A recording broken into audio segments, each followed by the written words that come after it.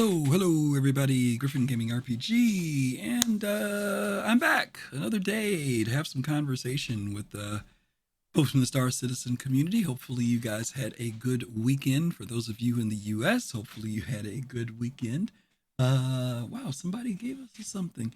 Thank you, whoever that was. Why didn't it pop up on my screen? I heard the jingle, jingle, jingle, jangle, jingle. Who is that? Oh, Montoya. Oh my God. Montoya followed. Thank you, my friend. I appreciate that.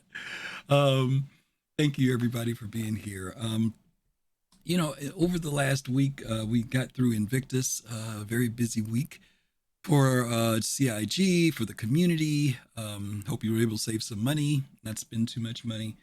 But as we got toward the end of the week, the two shows that CIG puts out inside Star Citizen on that Thursday was a show that was pretty well received. They gave us some previews of two new vehicles, the Lynx, made by RSI, and they gave us a preview of the concept for the Tumbril Storm.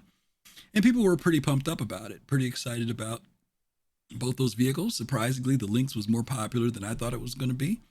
And people seem to be pretty hyped up about the Storm, the new tank that's going to be coming out. But then there was SCL the next day, which when I saw the title of it, I got pretty excited because it was the vehicles team that was going to be talking. They were going to do a round table, or what was called a hex table.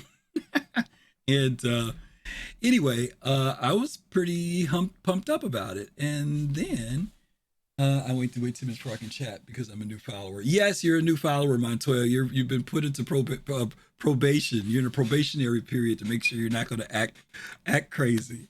If I know that you're okay, then you can come in. So anyway, to make a long story short, this was an all vehicles team. They brought in like everybody, like people from different sections of all vehicles. It wasn't just one or two people. And they had a lot to share in relation to where we are with vehicles. And, the vehicles is a generic term. Vehicles means basically any ships, any bikes, any four wheels, whatever, right? That's vehicles for them. And, I knew that, and I was looking forward to hearing what they were going to say, what they were going to reveal. And they shared a lot of information. Some of that information, some of that information was not necessarily the best information for some folks. Some folks were a little bit disappointed. Excuse me. Some people were a little bit disappointed. And so what I want to do is go over the show. I was kind of driving and listening. I'd stop someplace, get out, let's turn back in, back up a little bit on YouTube, watch again, or on Twitch. And I didn't get to sit through the whole thing. So I kind of said, I'm going to do that. Today I'm going to sit through for just an hour, sit through, listen, comment. Of course, looking forward to whatever thoughts you guys might have, things whether you were excited, disappointed, frustrated, because there was a lot of emotion that seemed to come from this particular episode of Star Citizen Live, which is interesting because a lot of people don't watch Star Citizen Live, but I think because of Invictus, people tuned in. And so that's what we're going to do. We're going to pick up on that from the very beginning. I might stop from time to time if I see something, or if I see you type something in chat it seems like it'd be worth stopping and talking about, I will. Also, you will see from time to time a link that will pop up that will allow you. In fact, it's if you look at my page, it says Discord. If you want to come in and sit in and chat with me while I'm watching it, you can have our own roundtable here. You can come in and sit and we can talk about it as we go through. But I am going to be listening. I'm not going to be talking over it too much. If I need to say something, I'll probably stop it. But I do want to kind of go through this in one solid piece and make sure I didn't miss anything, because there's some news in here that has gotten some people feeling a certain kind of way. So anyway, let's go ahead and get ready to do that. We're going to go ahead and start this from the very beginning. And, they started the show off kind of interesting with just kind of an impromptu thing where they were talking before they started recording. And Jared evidently felt that the information was valuable enough to let us kind of hear them talking. And then, of course, they started the show. So if there's any audio issues with this, guys, please let me know. You guys know I'm still trying to get my audio balanced with this 2-rig system. So hopefully you guys will be able to hear things fine. Here we go. So, with the quantum drive is one of the bigger components, especially if we then take the extra 50% that's needed for the jump drive. The jump drive as well, yeah. Like if you actually look at the interior of the centre body, there's no space left in there. It's so thin because of, like, and then you've got fuel in there as well. You got, stick it on the back, yeah. Makes the ship bigger. Makes it bigger. Fits less places. Carry it out the front in little arms. Alright. Well, we could just reuse the ones from the mule, right? Yeah, mule arms. That works. Yeah, or quantum ring. Not like the ones from Star Wars. Star Wars ring. So, my issue with doing, so, because I saw them talking about that on Spectrum, my biggest problem with that would be how would they get them? So if you think about how big that is compared to the actual fighter that Obi-Wan uses, like how would you get that into a position to be used? Because they're big, and so for argument's sake, that thing itself would also then need everything it needs to power it, because we can't put a quantum fuel tank in the ship, because why would there be a quantum fuel tank in the ship? Means that would need a quantum fuel tank, it would need its own power. Granted, it would work, we could do it from a tech standpoint, but like, how would you ever get in position? And then once you've done your jump, what do you do with it? So you need a big cannon that fires. Yeah, big slingshot on the planets. Straight catapult. What if we just move the whole body forward and then we've got more space at the back?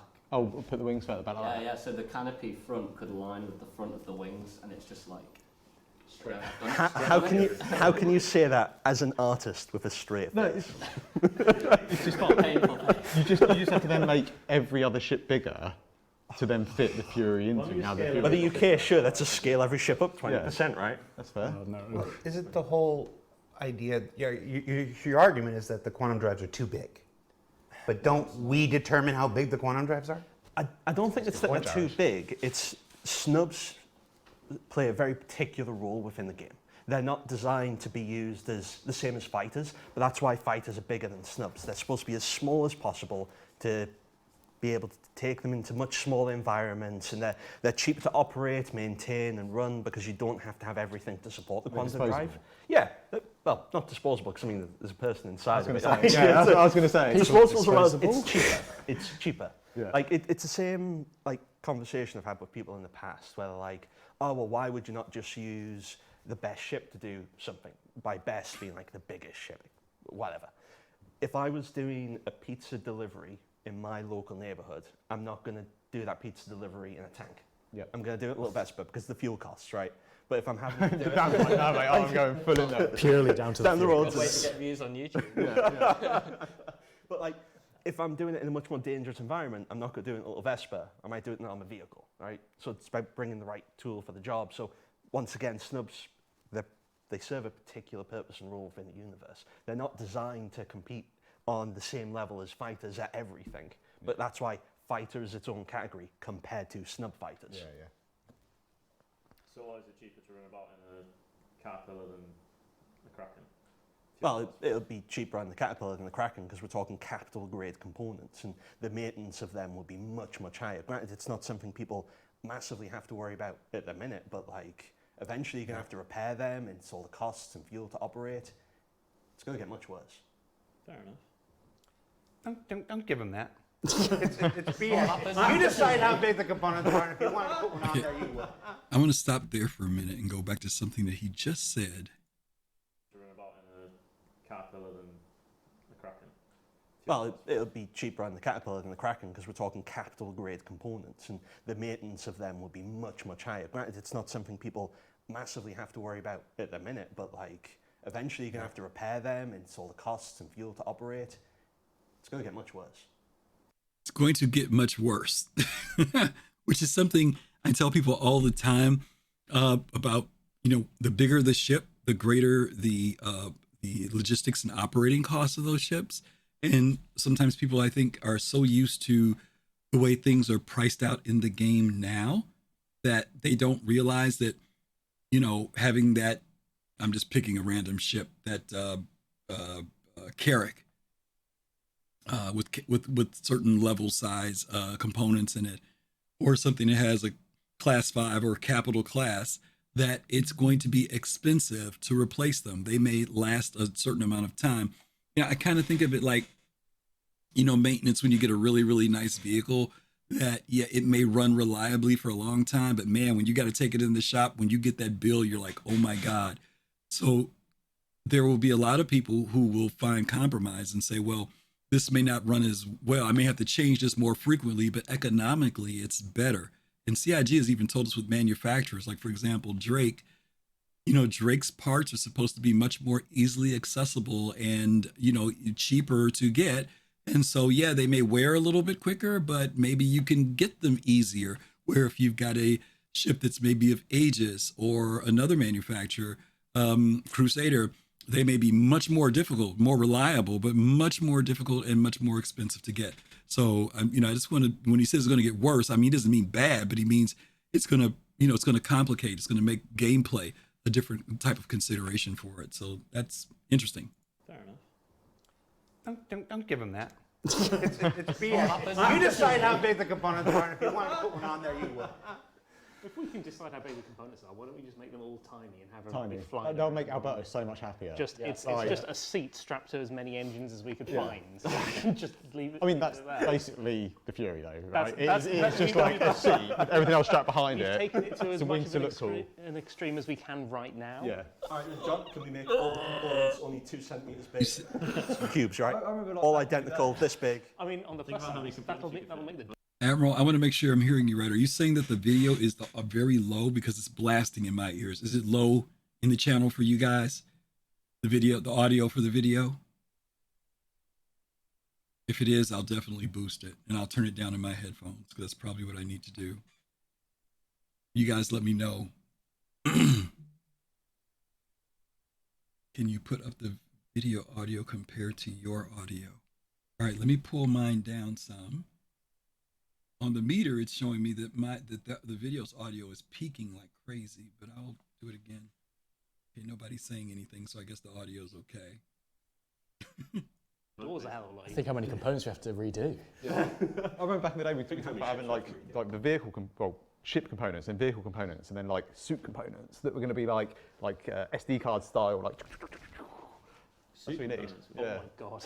You could fit vehicle components on Suits. Max. That's why Corey's carrying around his car's air conditioning. Where'd they get that jab? I would tell you the same thing I tell the narrative team. You're all just making it up. Just make it up so it works. When the narrative team make it up, that makes the rules. When everyone else makes it up, we just make stuff up. But they have the right to go, we just made it up, but that's now fact. Because they're the narrative team. Until they change it. Yeah, no, they're quite good at that, aren't they? You ready to start the show? Sure. Go on. Hi, everybody. Welcome to, what's the name of the show? Star Citizen Live, the Invictus, 2953, all ships, Roundtable, and It's not round. Triangle table. Triangle Table. Is it triangle? Well, technically, it's actually a hexagon. Kind of like a shovel. Because technically, hold on, it's technically there's the 3 sides, and then there's the other 3 sides that are shorter, and then that's 6, and then there's these ones that are 7, 8. So I guess it's actually an octagon. It's just very weirdly shaped. No. Long hour. As you were saying. We got that. Octagon. I'm here by myself today. Hi, everybody. Welcome to Star Citizen Live. I'm your host, Jared Huckabee, and we're in week 2 of Invictus, the yearly celebration and event based on the military vehicles of the Star Citizen universe. Joining me on the show this week is an esteemed panel of vehicle experts and Corey Bamford. Starting to my left, we have Done him there. Immediate straight on Corey. He's sitting there minding his own business. Why are you coming at me like this? Or at least pick on Dan. You're getting picked on today. Yeah. Fair enough. if you haven't figured it out already, it's going to be one of those shows. Joining us to the left, Ben. Thanks, good, yep. Ben, tell everybody who you are and what you do for Star Citizen. Ben Curtis, I'm the Vehicle Art Director for Star Citizen on the PU. I look after ships and vehicles and weapons. Okay. And to my right, John Crew. Hello. Who are you and what do you do? I'm John Crew. I'm the vehicle director. Once again, being on camera so many times in the last 24 hours. It's like... Yes, but while you're on camera in the last 24 hours, we actually filmed those IC know. things. Like I think it was March 29th when Yeah, there it was a long time ago. Yeah, and so- they've all just come out yeah. in one You're shot. like, and you had to, there was a lot of like, do I remember what I said? Can I see it because I don't remember what I said. There was lots of naming changes as well. Yeah. between when we filmed it and when things went out. Yeah. So Did you have to dub it all or something? did nobody notice? No. Oh man, I wish we'd done like a really bad dub over the top of it. So every time the word Misk was said, it was just like Mirai. Yeah. That would be Mark, tell everybody who you are and what you do for Star Citizen. Mark Gibson, I am the lead vehicle content designer for What's the lead vehicle spaceships. content design? So I run the vehicle content team, making sure that the ships come alive and work from a design and functionality standpoint. He's being very polite. He tells the artists when they're doing things wrong. I do it a lot. So send your letters to Mark Gibson, Manchester Goodyard. Corey. Hey. Dan. Who are you? What do you do for Star Citizen? You really got him there. I'm Dan. I'm a vehicle artist here. Most recently worked on the Fury. You probably saw it like a week ago. Completely by yourself, I heard. Yeah. Nah. One man up. All right, no No one else got credit. Sorry, we're going to do a little insert on this. So we're filming with Dan, and this is back in, like I said, March 29th or whatnot. And Dan is who was in here in this studio, and he was able to make it. Alex could not make it into the studio for the filming. So Dan's talking, and doing the interview. And during the interview, I'm like, this is starting to sound like Dan is the only one who built the ship. And so I asked Dan, I'm like, Dan, you weren't the only person who built the ship. He goes, no. And he went into this awesome, amazing, lovely tribute to Alex. Alex, who's on the vehicle content team. Rest in peace, Alex. He goes off and starts talking about how Alex took him under his wing and how Alex really guided him through the entire process, and it's all really sweet. But at the end of it, we realize it starts sounding like Alex is no longer with us, like Alex has died. And so we had it in the cut, and then through a miscommunication, it got cut because somebody thought him sounding like he was dead was a problem. and so it didn't make the final episode, but Alex, what's Alex's last name? Williams. Alex Williams, I hope you're watching. You did an amazing job on the Fury. You killed him off for real. And we will have you on the Tribute to show Alex Williams. at some point when you can make it. All right, and then Chris. Hi, I'm Chris Danks. I'm a vehicle content designer too, so I'm one of the team members that Mark leads. Cool. And go ahead, Corey. I don't even know if I want to now. Let's just move on. Yeah. Well, we find his mic's been cut. Let's just since move the on. beginning. That's Corey. Corey's there in the middle. I'm just here to vibe, really. So if you've never seen one of our All Ships Roundtables before, it wouldn't surprise me, this is only the second one we've done. We gather some designers and some vehicles from the Star Citizen feature and content teams, and we discuss as many aspects of Star Citizen's continuing vehicle development as possible. We did put up a thread earlier this week and collect some questions from you, the backers. We chose the ones that were voted up most and that this collection of people could answer. We'll get to those in a little bit. Before we get started, I want to start with a forever question. I'm going to start with a couple forever questions, things that every year, as every year goes by, these are the questions that always exist, and because every show is somebody's first show. First discussion point: is there such a thing as too many ships? And I'm gonna let you start with this one, John. No, definitely not. It's only a problem when there's too many of the same type. Like, we obviously have, like, I forget the exact number now, but it's like 200-ish. Oh, we're at 197 now. Close. I'm thinking in the future. Yep. Yeah, 197 that have been announced and revealed. So far. And hopefully at the end of this show, still 100. No guarantees. Sorry, Elliot. Just preemptively. It didn't work out last time we did one of these. If we had 197 light fighters, that's too many light fighters, I think. But when you spread it over all the careers, or the roles, or the progression within the roles, I think there's certainly room for plenty of them. Anybody with an opposing viewpoint? Can you have too many ships? Would you still say that if there were 197 different manufacturers? And there were 197 I mean, technically styles of light not. fighter? No, if there's 197 manufacturers and each of them wants to do a light fighter, then there's going to be some very close, similar attributes beyond visuals. But in that very specific instance. No, I don't think so. That's not enough ships. Yeah, I think that's what it comes down to as well, doesn't it? Because you have a whole host of different manufacturers and a whole host of different roles, and not every manufacturer is going to deliver every role. And yeah, I think that's fine, that's fair.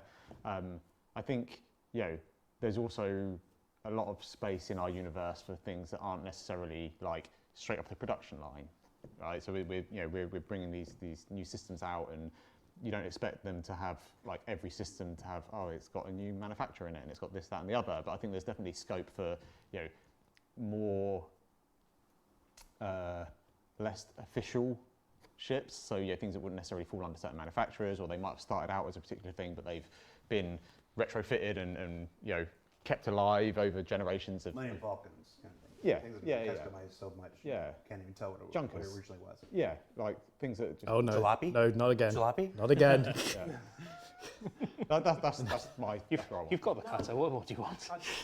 I'd agree with John on it. Like, even within subgroups, it's important to have like even very similar ships to each other, because every manufacturer will do it a little bit different. So, and every players for the most part have manufacturers they prefer, and certain traits that manufacturers do compared to other ones. So certain people might be more luxurious, more military, etc., etc.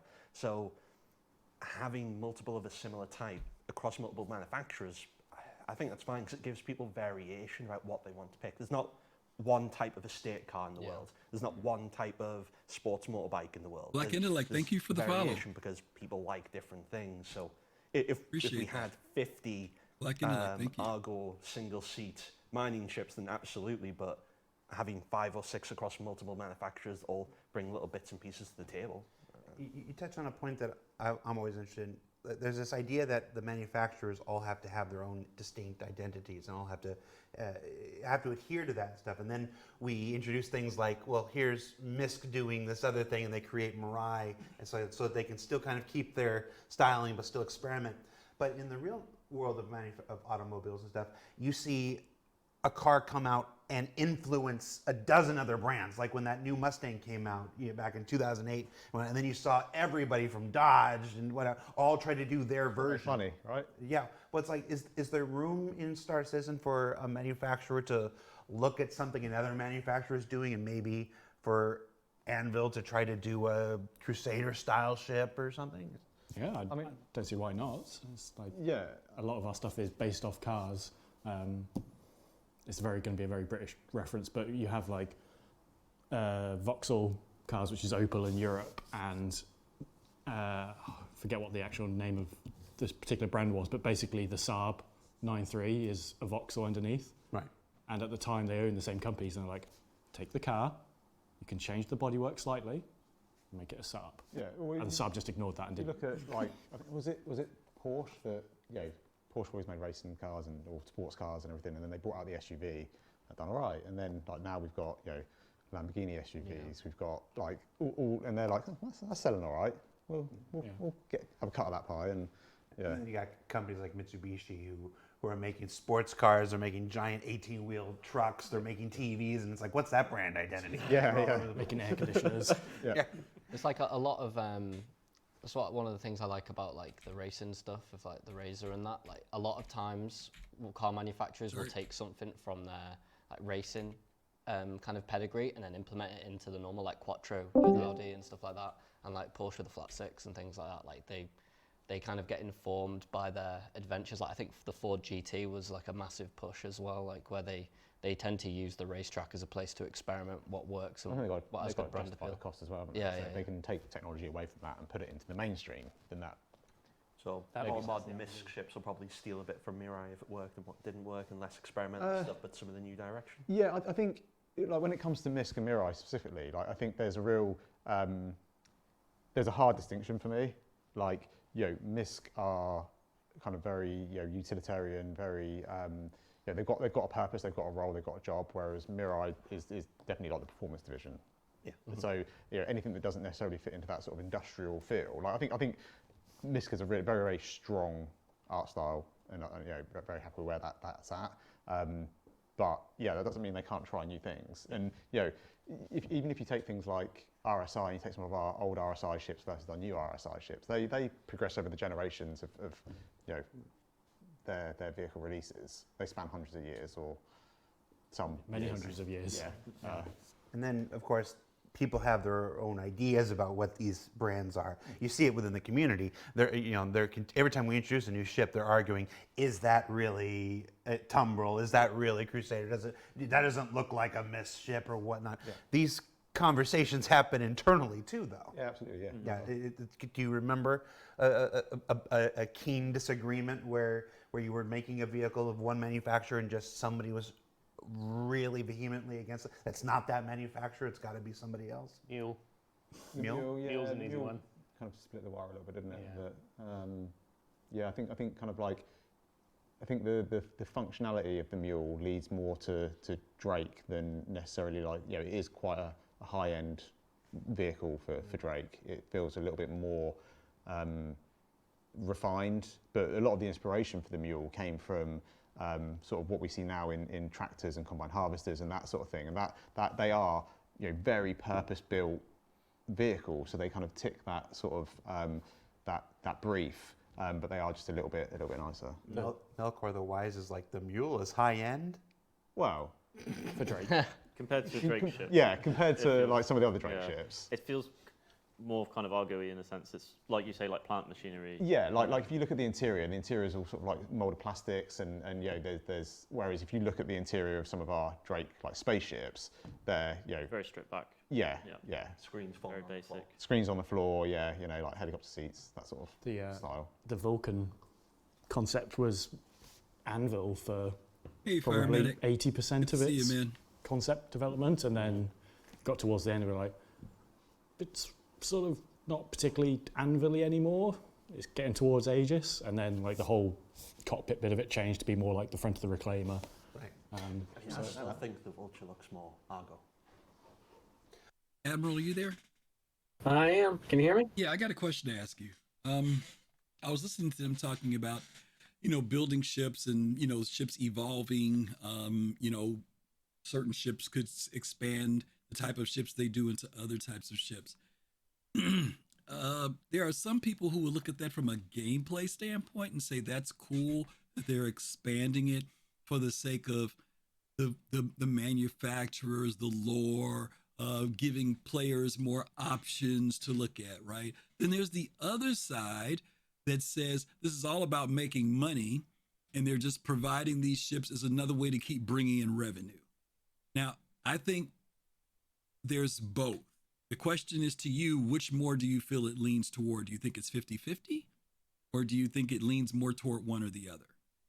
No, I think it leans towards fleshing out the lore and all the careers they're trying to fill out. Like, they're talking about having 195 manufacturers was the statement. Like, oh, well, if there was 190. Was 195 manufacturers or ships? Well, nah, they were talking about manufacturers. I don't know, maybe we didn't get to that yet. But I think that's what they said.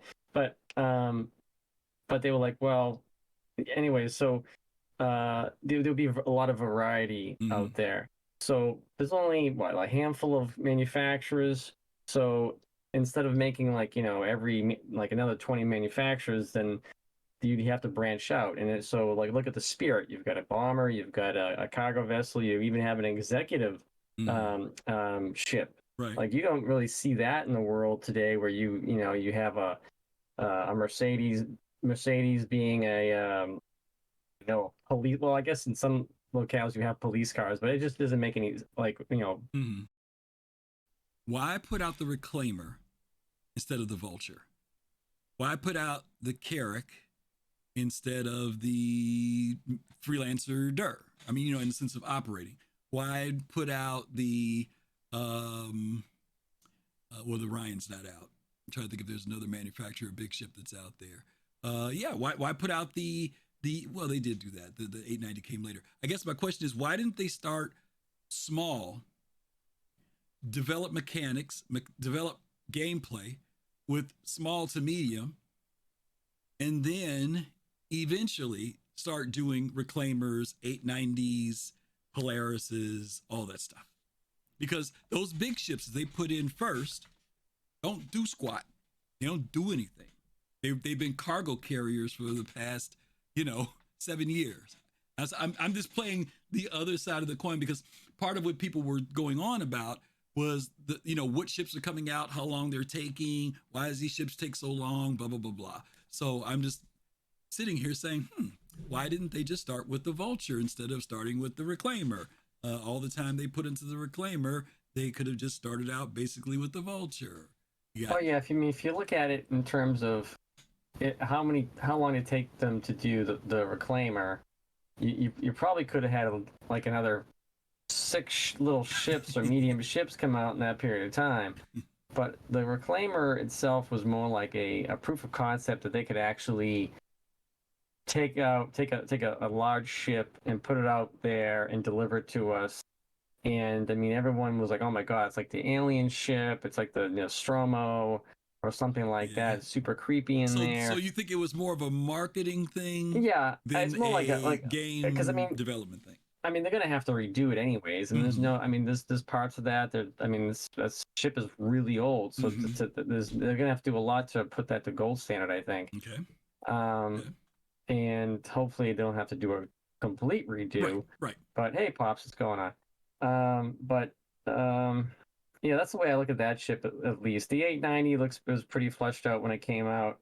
But like you look at the 600, that's a fairly new ship, and they're doing a complete rework on that ship. Which kind of is like, oh, you look at all the stuff that they're talking about here is where they get to the point where where are we in the getting all these old ships and the new ships out in the near foreseeable future, and then all the old stuff they have to get back to. But I think specifically for the Reclaimer was kind of like proving to the people who were saying that SIG couldn't do it, like, yes, we can. And I mean, no, it cannot get out of atmosphere, but yes, they can actually develop a big ship. Hang on a second. You guys are getting stuttering for some reason. Did that just start happening? Because I'm wondering if Twitch is doing something weird, because I haven't done anything. I've just been sitting here on a frozen screen. Somebody type in chat for me and let me know what's going on. Admiral is the. Are you? I saw it going to an ad, but that's it's back to normal now. It went to an ad. I don't know why I did that. I don't even have it set. It goes to ads for everybody now. Well, when you first come in, maybe, but it's not supposed to be doing it during the show, so I'll have to. I get it. All right.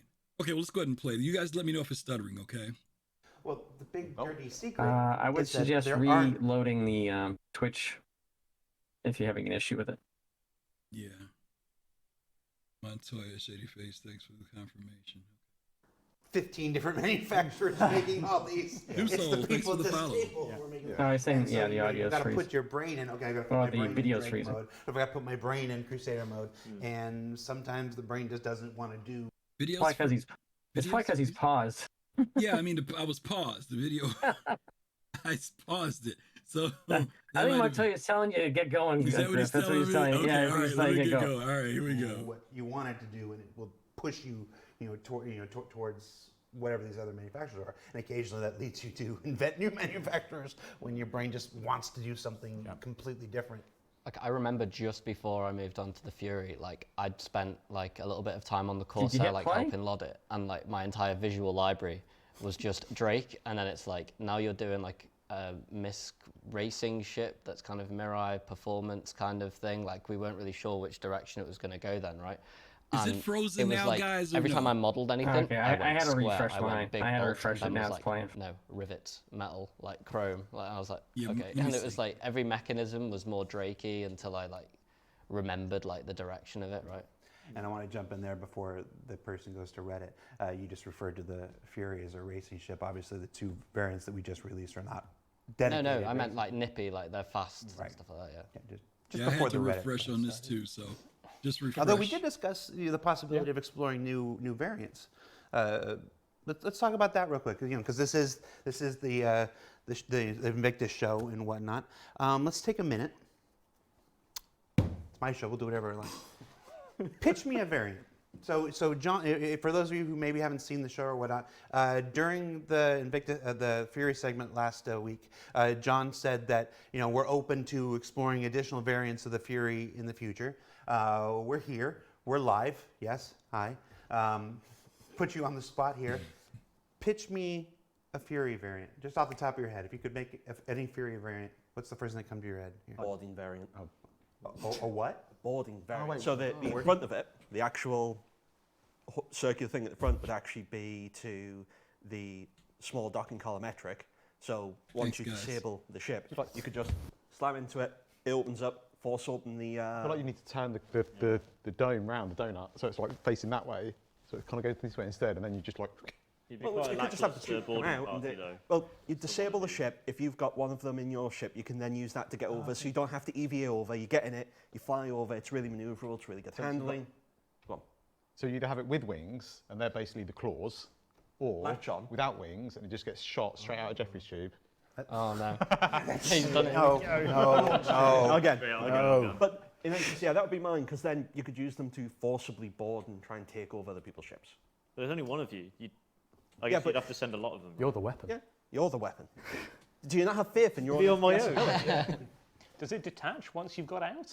Or No, it stays attached because you've forcibly docked yourself with, just like, what's the other one called? We made Legionnaire. Just like Legionnaire, but single-person Legionnaire. So you forcibly dock with the enemy, you force your way into the ship, and then you try and steal the ship. immediately shot and then they all. Well, if you're just not that good at FPS, fine.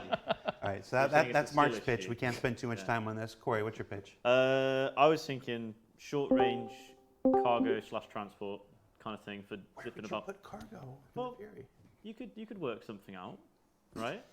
That's gonna be my bit. With no quantum You're the drive. artist. You have to do it. Where are you thinking of putting cargo? I mean, Some little arms, like a little submarine, you know, yeah, you little could like. give it like a little arm. Or just strap it to the top like the Strap- family wagon? Yeah, the roof bars. Oh, can't put it on the top because that'll block the fuel port. You don't need fuel, just put some zip ties on it. It's fine. That's fair. All right, Chris? People transport. Take the guns off the wings and strap on some drop seats. No way. I did see that Reddit post that you can actually get You two fit people in the cockpit. God. You get one person to sit That is like the number one reason I was like, I do not want to put a room volume on this thing. Yeah. But I know that I have to. Somebody is going to just crouch in here. Yeah. All right, Dan? Salvage. Yeah, definitely. put some- Salvage Fury? Yeah, Oh, yeah, you can, like, definitely. kinda That'd be well cool. You change the top two guns for like salvage arms, and then the bottom two could like, instead of having like, we have like the two size 1 missiles on the inside, you could put like, that's where it gets stored or whatever. and it just Where would breaks. you put the material? It would be mounted on the inside, so then you just nip out real quick, mine it, and then drop back to your reclaimer or whatever, and then like throw them. Not like a chain of Sorry, saddlebags Yeah. you know, trailing behind you as you're flying. The idea is that like you deploy so many of them Okay, that Pops, by the you're time bleeding you'd filled through the up, mic, please. the other 20 you had with you would have already got it. You're like locusts flying through. There you go. There's your name, the Fury Locust. There it is. All right, just a reminder that the views and opinions expressed in this meeting are those of Platinum Premium Games, Robert Space Industries, or its subsidiaries. Ben, I don't know, everyone's told them the good ones. I'll go boring and go racing. I promise but I nobody's think- taking the good ones. Yeah, like, I think going racing though, I think it just needs to like, just have one massive engine on the back of it and some really little wings. So it's just So like, a racing basically like a variant. rocket. A racing variant. Yeah, like a rocket. How'd you get the power plant? You just don't worry about it. You got a pit crew for that. Yeah. Well, no, we can use the Giant Tech, right? So it can be like a little like floaty ball thing on some arms behind it, and it's like a really massive, great big engine that comes down, and lifts up, and it's good. There you go. Basically, strap yourself to a rocket. Ship it. All right, John, I don't want to pick any of these, so you decide. Don't. They're all They- they- Pick one. This is how we do it. Oh, we're doing it live. Okay. Melee version. 4 big spikes. You're saying this because you saw Adam made this Yes. morning. It was amazing. Yeah. I loved it. So what? So this morning, Adam scaled up some of the It was a combat FPS combat knives, the one that looks like it's partially a chain To the saw, size of the wings. and he put them on the wings, so it looked like it had 4 Knives. bladed, knived wings, because of the size of the wings, and you just ram people with it. That worked great with your docking idea, though. There you go. Good point. I would say, Combine it. along with the melee idea, though, back when I was trying to make the Grey Cat PGV fly around and everything, I had actually put giant fists in the front. Remember the old Superman Hot Wheels toy that for some reason Superman had a spaceship and had giant fists that flew out, and I had Hosmer helped me, but I got a Grey Cat PGV to fly around, and it had two giant scaled up arms with fists in the front, and it could just fly around. So I mean, I feel like we're on the same Yeah. wavelength, man. I feel like We can make it I happen. feel like we can make it happen. Submersible variant. What? Oh, Submersible don't variant. start the spaceship submarine argument again. Come on. All right, so yeah, so we're about halfway through the show already. Seriously. Let's jump into some backer questions. So these were questions that were submitted on Spectrum and voted up by you, the viewers, and in no particular order here. Saw this one coming. How do you expect to work through the backlog of ships? And at what point in the game can we expect larger ships such as the Kraken, Polaris, and Perseus? Now, that one's a when question. So, but let's go with the core here. How are we expecting to work through this backlog? Cool. I'll start and then others can chime in if they want. So the last year or so, we've been really sort of improving and just making the pipeline work better. Mark and Corey have done a great job revitalizing all the documentation that sort of I wrote years ago and we've just lived with. But because I've done more and more leadership and directorship, I've not been so hands-on with things. So they've taken that over and built the pipeline. The last few ships we've released have gone through sort of that new pipeline and things have mostly gone smoother. Still doing some tweaks as we go. But ultimately, at the end of the day, big ships need a lot of resources to make them. And where we want to get to is a place where we're still delivering the same amount of content as we do now a year, as well as 1 to 2 capitals a year on top of that and supporting all the other teams like we do. And at the end of the day, that just needs more people. So You want to get to the point of delivering Yes. capitals of ships. Yes. You're not saying that we are at that point. We're not at that point yet. We're building to that point. So the last few months we've been starting to expand the team, which people have probably seen with the introduction of the Montreal vehicle team. And we're also looking for more artists in the UK. So if people are watching, Yeah, and Please apply. You know any good leads? Yeah, any lead artists watching? replace Corey. Yeah, give us a shout. A little plug. Yeah.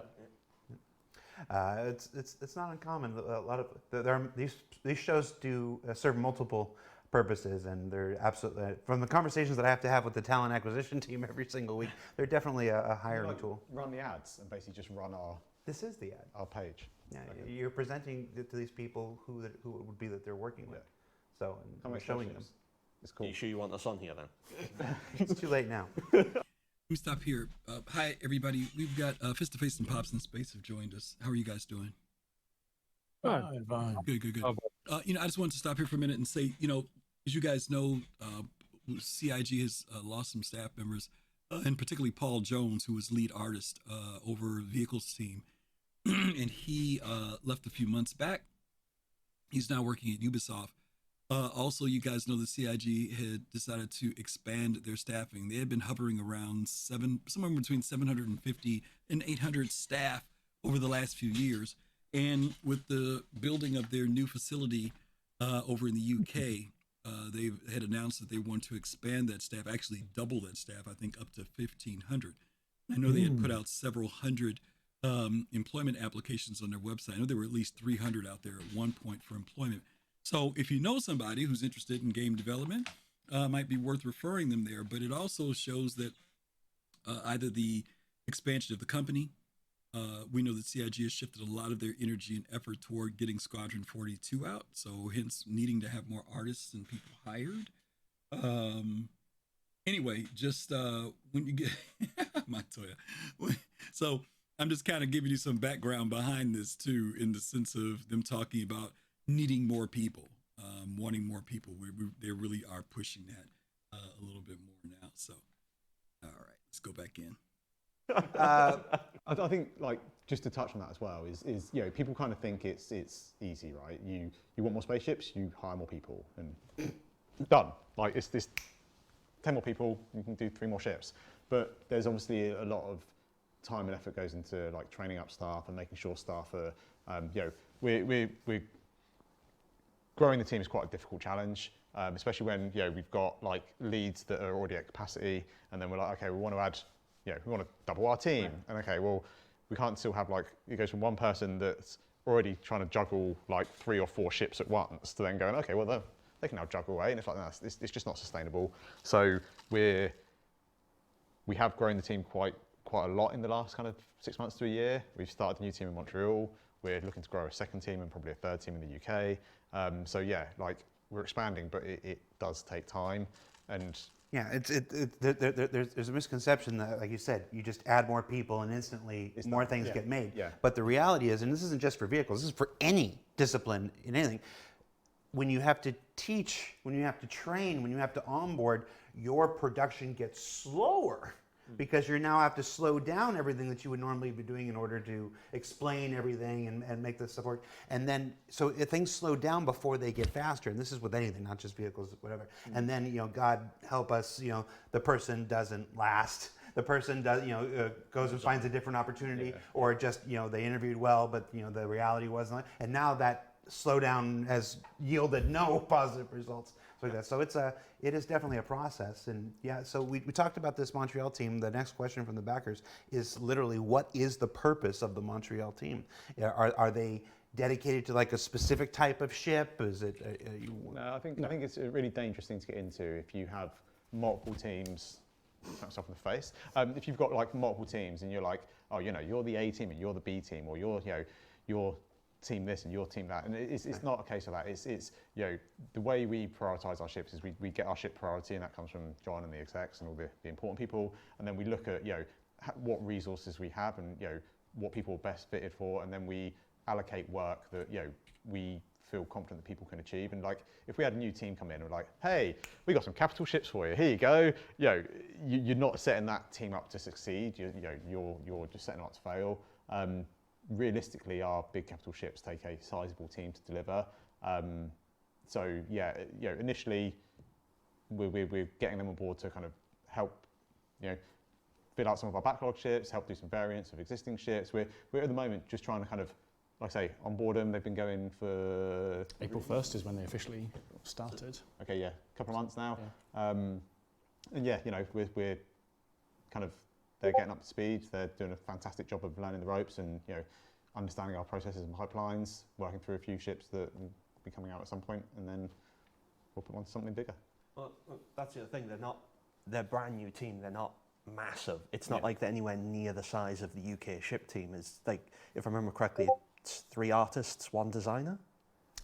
Is it 4 artists maybe? 4 technically. 4? 4 artists technically, but 1's in the UK at the moment. Yeah, and yeah, 1 designer who was here for the last 3 weeks doing his onboarding. Right. He's literally on a plane now back to Canada to carry on with those guys when he gets there. And when you get a brand new team like that, it's not even just them learning how we do things, because obviously every team does it. Like, the way you build an environment isn't the way you build a ship, and the quality and the techniques and everything are massively different. So like, if you've got a brand new team coming in, you're not going to throw them on a ship that's going to take them the next, for argument's sake, 18 months to develop, because like the quality in their work over that 18 months from when they first start to when they get towards the end is going to massively change. With the larger ships, you need people who are more experienced, who are already embedded within the pipeline, because otherwise you can have such an inconsistent experience across the actual ship. It's just, yeah, and also, you know, the ships, small ships can be complicated, big ships are complicated. It's all, you know, fairly complicated stuff. But like I say, when you get to a capital ship, there's a lot of unknowns there. Let me stop there. Let me ask you guys, what do you think it is that makes ships complicated? Why? And you know, let me put a precursor to this. They talked about, he gave an example of 18 months. And later on in the show, they talk about how 18 months isn't 18 months of solid everyday work. They may work on it for a few days, then they get pulled to work on something else. They have to step away from it for a few days or a week, then they come back to it. They can work. Sometimes they're working on something and now they have to wait on another department before they can move forward with what they're doing. So there's a lot of variables involved with why it may take a year, 18 months to put out a ship. So keep that in mind. But my question is, what is it about ships you think that is so complicated? Anybody could jump in on that. Well, they're built not just for us to walk down corridors, but they're built with conduits and electrical things in them. Okay. I'm on a big delay. Well, yeah, go by Discord. Don't pay attention to Twitch. You go by Discord. Okay. Yeah. Let me turn. Yeah, just mute Twitch. Just mute Twitch. Mute Twitch. Yeah.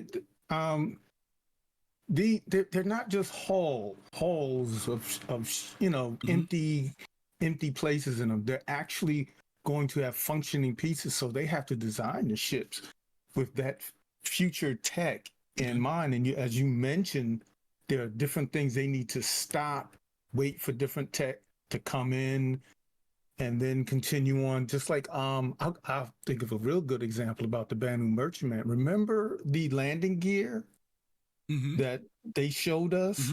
It was like a kind of like a eagle claw coming down, and that was something brand new. And what was the other ground vehicle that they the Storm, the new one, the tank, the Storm. They talked about the tracks that he had such a time working on those. That was on the Tonk, the Nova Tonk. The Nova Tonk, we talked about it. And I believe did he mention that on the new one? No, they didn't talk about that on the new one. Okay, but those tracks that those tanks use, it took them a while to get that tech together, and so they have a lot of things they have to. Okay, Fizz, what about you or Kusanagi? Sure, I'm gonna expand on what Pop said. The thing that I see is this: is I look at their pipeline, right? Now, from a modeling standpoint, I'm going to take it from that first part. Let's say they've already gotten past concept, right? You've gotten past concept. Now you're going into production, which means now you're going into hard surface modeling. They're working in 3ds Max. Your person is going in there. They're doing all of this stuff like that, right? Then now he has to then, he's getting all of his metrics or matrix, together from them to make sure that everything is fine and up to spec. Then now you've got to throw that over to animation. Animation has to be matter of fact, before you animate, you got to rig. So now you got to throw that over to your rigging team. Okay, but wait, let me stop. Okay. You're giving me the basics of what happens in every game. I'm asking you why is this complicated? I'm not talking about the process of animating a ship or anything else like this. I'm asking you specifically, why does CIG have to take 18 months to do a ship? Well, I understand the mechanics. I understand all the stuff you just told me, from concept to final art to polishing. I get that. But I'm asking that because there's something different with what they're doing. And Pop started going down the road. Okay, because here's the deal. There are big ships in Elite. Bigger ships are bigger. Some of the ships are huge in Elite. It didn't take them 18 months to do those ships. Correct. Okay. Well, the other thing that I was trying to get, other thing I was going to get to, I apologize, I'm with the long route, but in this game, in Star Citizen, you have a flight mechanic that's not in other games, and that flight mechanic, takes into account of real, to a degree, of realism of how, the ship, reacts within, atmosphere and all of that. I'm going to push back. Elite Dangerous has way more closer Newtonian physics than Star Citizen does. I'll push back on that even. Okay, so see, I didn't know that. Yeah. I didn't know that. See, that's what I'm saying. You're going down the right. There are some things that are unique and different. And again, I'm going to say, Pop started going down the road. Let me stop you, Griff. Go ahead, Admiral. So one thing so Pops was talking about all the intricate, inside stuff that they're all interconnected, and I think when you have that, it's so. And so this kid with the ball cap, he just did the Fury himself, and then you have multiple people working on, say, we'll go back to the Proclaimer again, and then so they're trying to work on their separate projects and what they're responsible for, and then if they have to go back to a previous team who already moved on to another project, they're like, hey, we got to this thing, but what's supposed to be here? So then you have all these speed bumps where people are stopping, and you watch the show, they're talking about being on multiple projects. Well, you have to something has to take priority. Okay, but let me stop someone you. might just wait. Let me stop you because you're talking about the timelines and the workloads. That wasn't my question. My question was, what makes making ships complicated? Again, I'm not talking about time or resource. The intricacies of the ship and the teams working together. Okay. That's my answer. Okay, that's going more down the road. I'm thinking we've got another person who joined us who actually does software development. Vavrick is in. I'm not sure if he's going to speak because he's muted right now. But I would love to hear what he has to think. But I think everybody's going down the road. And what I'm trying to go to is, this is where we talk about what we have now and what we will have later. And most people who look at Star Citizen and say, why does it take them so long to do this? They're basing it on what we have now. We do not have one ship in the game that operates at its fullest potential. Not one. There is no ship in the game where everything is doing what it's supposed to do per brochure, pro website, pro 10 for the chairman or whatever. And you have to build out these ships so that 3 years from now, 2 years from now, when certain mechanics are finally implemented and can finally be played in the game, that they can be introduced into those ships. So for example, Fist, your favorite ship, the Orion, has 7 different workstations on it. It has analyzation, not scanning, it has analyzation for seismic activity in rocks. That is not in the game. And yet you have to build out this ship so that this thing that Chris Roberts, or they've white papered and said, this is what's supposed to happen later on in the future. We've got to leave room for that ship to have those capabilities to do that. Whether that's to Pops's point, that you have to have conduits and sensors and things that will go to that particular station that are going to reach over to this particular drone or claw or whatever it is. All that stuff isn't even in the game. So it's beyond worrying about shield emitters or weapons or hull damage. But when you start getting into the intricacies of how these ships are being built out, to your point, Fist, when you say there's no other game going to that level of depth, now you're absolutely right. Absolutely right. Okay. Because you don't have other games that are going into like atmosphere within the ship where you can actually cut that off and section off ships from, you know what I mean? Right. You don't have that. Right. Well, you know what? To your point, take it to the next level. Chris Roberts said that not only will you have atmosphere on the ships, but you'll have ventilation systems that are actually pushing oxygen out. Right. There you go. So you got to think about all of the physics that go into that. Vavrick has got his mic on. Mike, Vavrick, you there? Or maybe he might have stepped away. I saw he got his mic finally unmuted and his headphones off. So he might be silently sitting in the background. But yeah, I mean, that, and again, that's why I kept focusing on why he said it's complicated, right? Because I think a lot of people are basing what they feel the development time should be based upon either other games they played, right? Or what their view is of where the game is now. Because they'll say, well, this ship is out and this ship is out. Why? No joke, right? The so-and-so came out. Why isn't my Polaris out? But the so-and-so don't work. It's just out. Right. You know what I'm saying?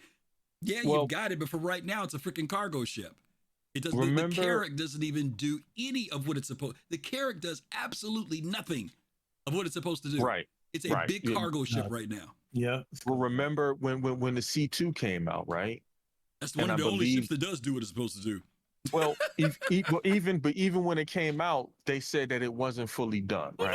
No, it's not. Right. Sensors aren't in it, radar's not in it, a whole bunch of stuff's not in it, right? But I believe they, correct me if I'm wrong, I believe they said they were not going to put any ship like that, of that magnitude, I think of that the size in the game without having gameplay. Well, they've said that, but they said that, no, it wasn't just that ship. They said that they were going to try to make any ship that they put in. That's what's kind of ticked people off too, because they have introduced ships that, where gameplay isn't necessarily there, right? And again, there's no ship that has its full, when I say full functionality, I'm talking about where the MFDs do what they're supposed to do. Right. We've got certain parts on ships that have component areas where there's not even a physicalized component to go inside of them, right? Computers are not in, blades, whole bunch of stuff is not in the game, right? But, and so my point is, again, I'm just trying to focus in on this thing about, it's so easy for people to miss when he says, oh, it's complicated. And like they said, why don't you guys just churn out another ship?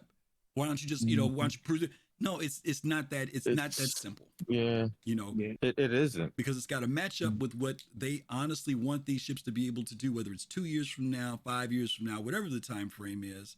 And also to minimize the fact that, because like Pop said earlier, like with the Reclaimer, it's an older ship. It's a beautiful ship, but guaranteed it's not gold standard. They're going to have to go back in and refit and change some things around. They talked about on this show later on, and we'll get to it later, where they talk about even some of the door sizes, because they're off by just an inch or centimeter or whatever, it will cause problems. Certain components have to be able to fit through certain doors. Only certain components you will be able to carry through doors because they're going to be too big to go through other things. There's a whole bunch of stuff that they've talked about that they've got to make allowances for with developing these ships. And as you guys know, concept art is not scale. And people learned that when the Carrot came out, because the Carrot was a slimmed down, sleek, amazing looking ship on paper.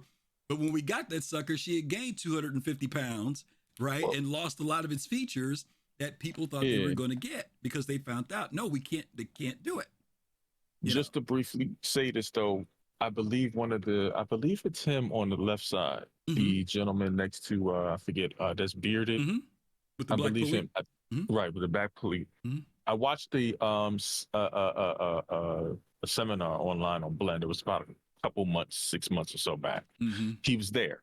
Yes. I believe this is him. He was there, and he's a concept. If this is him, he's a concept artist for the ships at CIG, and he talks about, like I said, the differences, like using Blender, where he'll use that versus them then going to 3ds Max. So if anybody wants to learn about it, go check out that video. I posted it in Soul Citizen, and everything. All right, Fabric, you there? Yeah, I can talk now. Oh, there you are. Wow, it's good to hear you. Good to hear you too.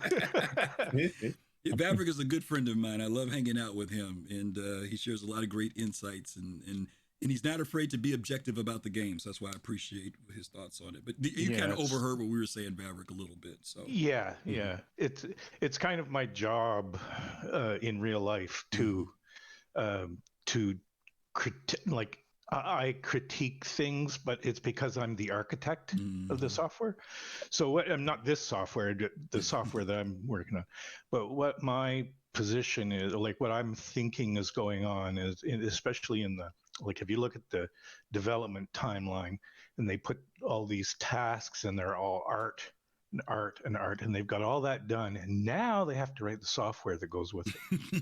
And that takes just about as much time as doing the art, like in terms of man hours. Yeah. Good point. That's true. Good point. Okay, let's jump in. Yeah.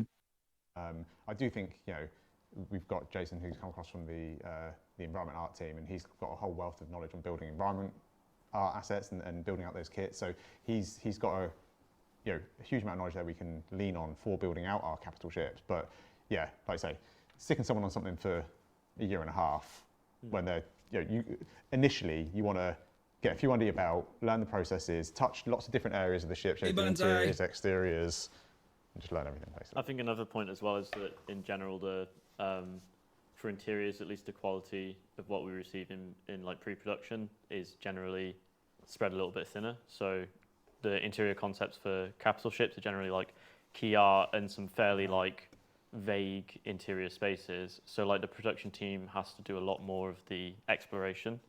Whereas if you have a smaller ship, generally the interior concept's a lot stronger because there's just fewer things to work on, right? You get a lot more detail, a lot more to work from. So yeah, I'd say like definitely you have, coming into production, you have sort of fewer things to figure out on smaller ships. The other thing is with, if you're move on, the other thing is with the capital ships, once we actually put them in, we want to try and build them in a way that makes it easier to then do the other capital ships of that same manufacturer. Keep going. No, do the other ships of that exact same manufacturer. So like, once we do one RSI, we want to set ourselves up so that we can roll into the others a lot easier. So instead of having to reinvent the wheel every time, we have stuff as a foundation to just move it forward quicker. Yeah. I'm looking at chat here. Forgive me, we're limited crew. My entire crew got sick, so I'm doing everything myself. You see my buttons and everything. So if you're wondering why somebody's talking and the camera's on somebody else, that's me. Explain me. Where was it? Elvin? Thorium Jim says it's so painful listening to these excuses. What do you have to say? Are these excuses? Or are these... We're looking for artists and lead artists and everything. Want to come shout out, do it better? You're welcome. So let's go to. Okay, so let's address the elephant in the room. People felt those were just excuses. Mm-hmm. You know, I mean, are Okay. they? Are they? I mean, Okay. I can see maybe why people may feel it. As you know, we're doing the project, and I'm gonna say this from actually, this is nowhere near close to what they're doing, but I say to those people, jump in to Unreal, jump into Blender, jump into any of these free softwares that are out there, 3D softwares that are out there. And first of all, go in and model this shit, then take that, like I was saying earlier, then take that ship, go to rigging that ship, then take that ship into animation. Now take that ship and go into Unreal and create a blueprint. But that's not fair, because these people that you're talking to are not maybe educated in software development. They're working by themselves. We're talking about 700 and some odd people in 6 different studios around the world. And yet and still, I mean, listen, I'm just playing devil's advocate here. Right. This is for 10 years. Company's been around 10 years. They ain't just starting, right? So, does I know what you're saying. Believe me, I know what you're saying. I'm just saying, I don't know if it's as easy as an answer to dismiss when someone feels like these are just excuses. Now, maybe the person who's saying that is somebody who just wants their ship and they want it now. Right. I mean, that's the other side of the devil's advocate, right? And I get that. I'm not saying that there's certain things that, but it's just all I'm trying to say is from a site, like, like they say, what is it, hindsight is 2020, 2020, but like when you're in something, and you're involved in doing it, then you understand the process, then you have a different outlook on it, how something is done. So I guess I'm trying to tap into the right words, because I know there's a difference between sympathy and empathy. Shenanigans. Some comments are meant to be ignored. Right. Exactly. So. Yeah. We don't know where this person's head is, right? They may be brand new. They may be brand new to the game, or they may be somebody who honestly has been waiting on their freaking, Idris since day one. You know what I mean? And they feel like, hey, I've spent $1,500 and I see all these ships coming out every other year. I even see the Idris freaking flying around in the game, but I don't have mine. That could be somebody who feels that way too, If I can throw my 2 cents on the table. I don't blame anyone. I mean, you look at the ships. First of all, it's not a part of the topic, but you look at the ships, and they're gorgeous. And of course, it's got that thing you want. They make them so you want them. That's first of all. Okay, they put these videos out there. They're flying. They got attacking this and attacking this. So we're all excited. So I don't blame anybody for not wanting their ship. Wanting their ship, right? Right. I mean, I'm sorry for wanting their ship. But I think there's a part, and you kind of mentioned this a little while ago. We may be looking at it purely from a consumer, and I'll use that scenario as a consumer, and we want it. We want to eat. We want our McDonald's. We want those French fries. We think about those French fries, and we want to eat them. And that may be where some of the people are getting it from. But when you come in, and I've learned to do this because I've had to slow down myself, and I've learned to do this from being educated about the game. And I'm speaking for me. I can't speak for anybody else, obviously. But for me, it's been the educational process, coming and seeing how the ships are built, their obstacles, their tech. Like we just mentioned, it's not just the ships, but it's the software that has to go with the ship. Okay, but let me ask you a question, Pops. Let me ask you a question. Is it easier for me to sit here smugly quiet and tell all these people, y'all just need to calm down because I happen to have 28 ships? No, you probably should have more anxiety than any No, of us. no. Hear what I'm saying. Hear what I'm saying. Yeah. Is it easier for me to give that advice when there's somebody out there who maybe owns a starter package and maybe a cutlass? And they've paid for 3 or 4 other concept ships that have not been delivered. You know, the rest of their money is on a Perseus and maybe a Pioneer and maybe even an Orion. And then they sit and watch these shows, and the shows tell them, yeah, well, you know, those are going to be further down the pipeline. We got to get the tech for them and everything else, you know. But because I've got my 28 ships, when my ship blows up, I can go get in another one. I don't think so. Okay. And this is my reasoning. The person with the starter package versus a person like you, you know, to your reasonings why you bought all of those ships. I think that person that just has a starter pack should be just as excited and be excited. And because it's not just the game, the ship belongs. I mean, I'm sorry, I said that backwards. It's not just the ship, but it's the game that the ship goes into that's also creating the excitement. When you go to New Babbage, you go to Area 18. In my Aurora? In your Aurora. Yeah, in but my Polaris I paid for in 2017, Pops. And now I just sat here and watched this show, and they told me I got to wait another year. Yeah. Well, I'm just playing devil's advocate to the people saying that are these excuses, you know? And there may not be an easy answer to this, Pops, because I don't want to try to necessarily explain away that issue of how people may feel that way.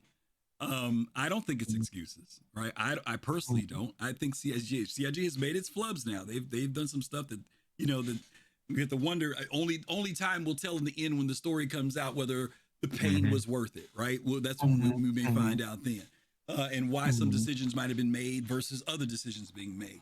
But I am saying that there are going to be people who feel privileged. There are going to be people who sincerely feel as consumers that I have been supporting this project since 2015. I bought a Merchantman. I bought a Polaris. Yeah, I've got my starter pack. But my God, all these other people who just came in the game within the last year or two, their ships are all getting produced. I mean, the freaking Spirits, Crusader just put those out. They talk about all those ships coming out now. You know what I mean? And so I've invested some money and time. And when I say time, I'm talking about just sitting and waiting. Well, let me ask you, Griff. Were they selling us dreams back in the day? Like when it comes to the Endeavor, like look at the Endeavor. Right, they're selling us vision, not dreams. That's how I look at it. Okay, because all of us dream of the game that we want, but Chris, for me, is saying here's the vision of what we want to create. Now, some people say, what's the difference, right? Dreaming is dreaming. That there's no action behind it. Vision says I see a pathway to get there, and so. We've talked about this before. The earlier Citizen Cons, those presentations were all vision. The earlier ones were showing us what Chris Roberts would like to be able to do. I'm trying to put in animated form, in a cinematic form, so that you guys will see beyond what I talk about on 10 for the Chairman or any of the other shows we do around the verse. I'm trying to give you something so that you'll see where we're trying to go with this thing. Now let's use the famous year of 2016. Because I want to get back to the show. The famous year of 2016 where everybody came to LA waiting to hear about a vertical slice for Squadron 42. And everybody travels there. People come from around the world. We get there only to hear Chris didn't feel the vertical slice met the standards that he wanted and they weren't going to show it. So what did they do? They showed us the vision of what they wanted to do, which was Lear 3. Now, as consumers and as gamers, we all got excited. We were disappointed about not seeing the vertical slice. But what we did see was the Drake bike. We saw the Aquila being flown. We saw the Ursa rover come in. We saw the sand people up in the mountains. We saw the sandstorm, the sandworm. We saw the wrecked javelin. All this stuff that we had not seen before, we saw that day. And when we left there, instead of seeing vision, we saw this is what they're working on next. That's how most people's subconsciouses worked. I guarantee you. Mm-hmm. Okay. Now, how many of those items did we get? We got the Ursa rover. We got the bike. We got the Aquila. We didn't get Lear 3. If we didn't get Lear 3, that meant we didn't get the sandstorms. We didn't get the sandstorms, in between we didn't get the sandworm, right? So half of what we saw we got, half of it we didn't get. And Lear 3, if you know your lore, we're in Stanton. And Lear 3 is a far time off, which meant ain't no sandworms popping up in Stanton. But you see what I'm saying? So that was vision. Now, around the time you get to 2018, 2019, CIG starts to change their gear a little bit and moves from showing us so much vision to showing us here's where we are. And here's what we would like to be able to do next. Now, some people actually protested because they actually liked when Chris used to get up and give those big visionary things of where the future of the game was going to go. But there were also people who said that was a lot of fluff and, they're not putting it out. They show us this stuff, but then we don't get it. So that was another side of the coin that happened. So now if you notice when CIG talks about stuff, they don't show us stuff no projected 5, 6, 7 years down the road. They show us what they're working on now and what they look to do maybe within a year or two. That's pretty much where it's at. Even you saw what happened with the roadmap. Even a year out was enough to freak people out because of stuff changing a year out.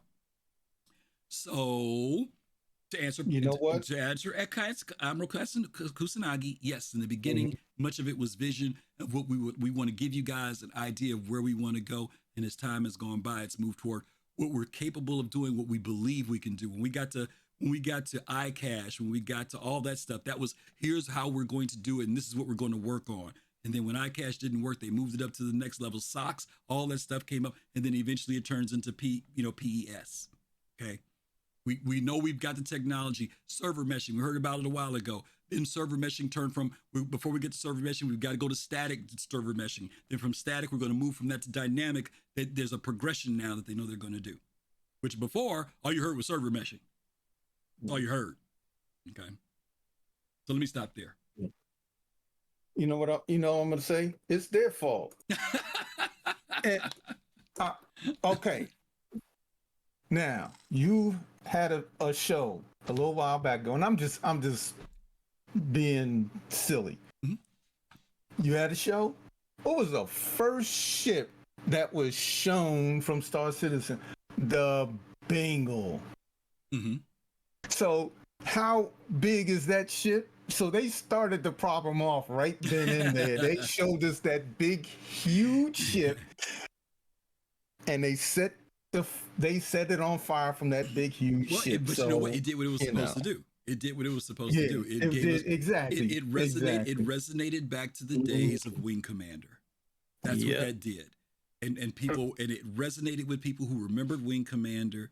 We saw new villains. We saw, instead of the cat people, we saw the lizard people, right? We saw some different type of ships.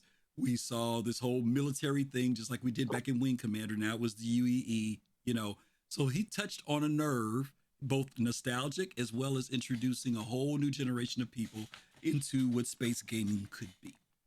Okay. Yeah. I'll agree with you. It's a vision.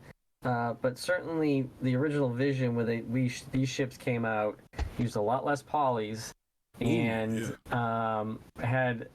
were a little bit easier to create. And because the game has morphed into this huge and much more complicated system, it's far more difficult for them to get this stuff done. I'm gonna be honest with you, Admiral. I'm not sure that it's morphed into it. I think it's always been that way. If you go back and listen to the 10 for the Chairman, and I did this over the last year, it was kind of rough to do, to go back and listen to all those bad fellows again. But a lot of what we're getting, Chris talked about back then. This is back in 2014, 2015. Now, when we got those ships, like for example, Constellation Mark II, when we first got it, if you look at it now, it looks bare-boned. It looks like barely anything in the ship, right? Same thing when you look at the Mark III. The Mark IV now is a much more complicated ship. You've got all the component doors and all that stuff and everything. But Chris was talking about that back in 2014. But the Mark II didn't have all that stuff in it. So you can't gauge it based upon how the ships look at that moment. It goes back to what was the vision of what he wanted to do. And yes, it's complicated. I think that people thought it was more simpler because when we got those ships in the beginning, like the Freelancer and stuff, they were much more simple. You're absolutely right. The designs of them were much more simpler than they are now. Also, Griff, let me ask you this and give me a history a little bit real quick. Okay. did they, when they first started out, did their engine change?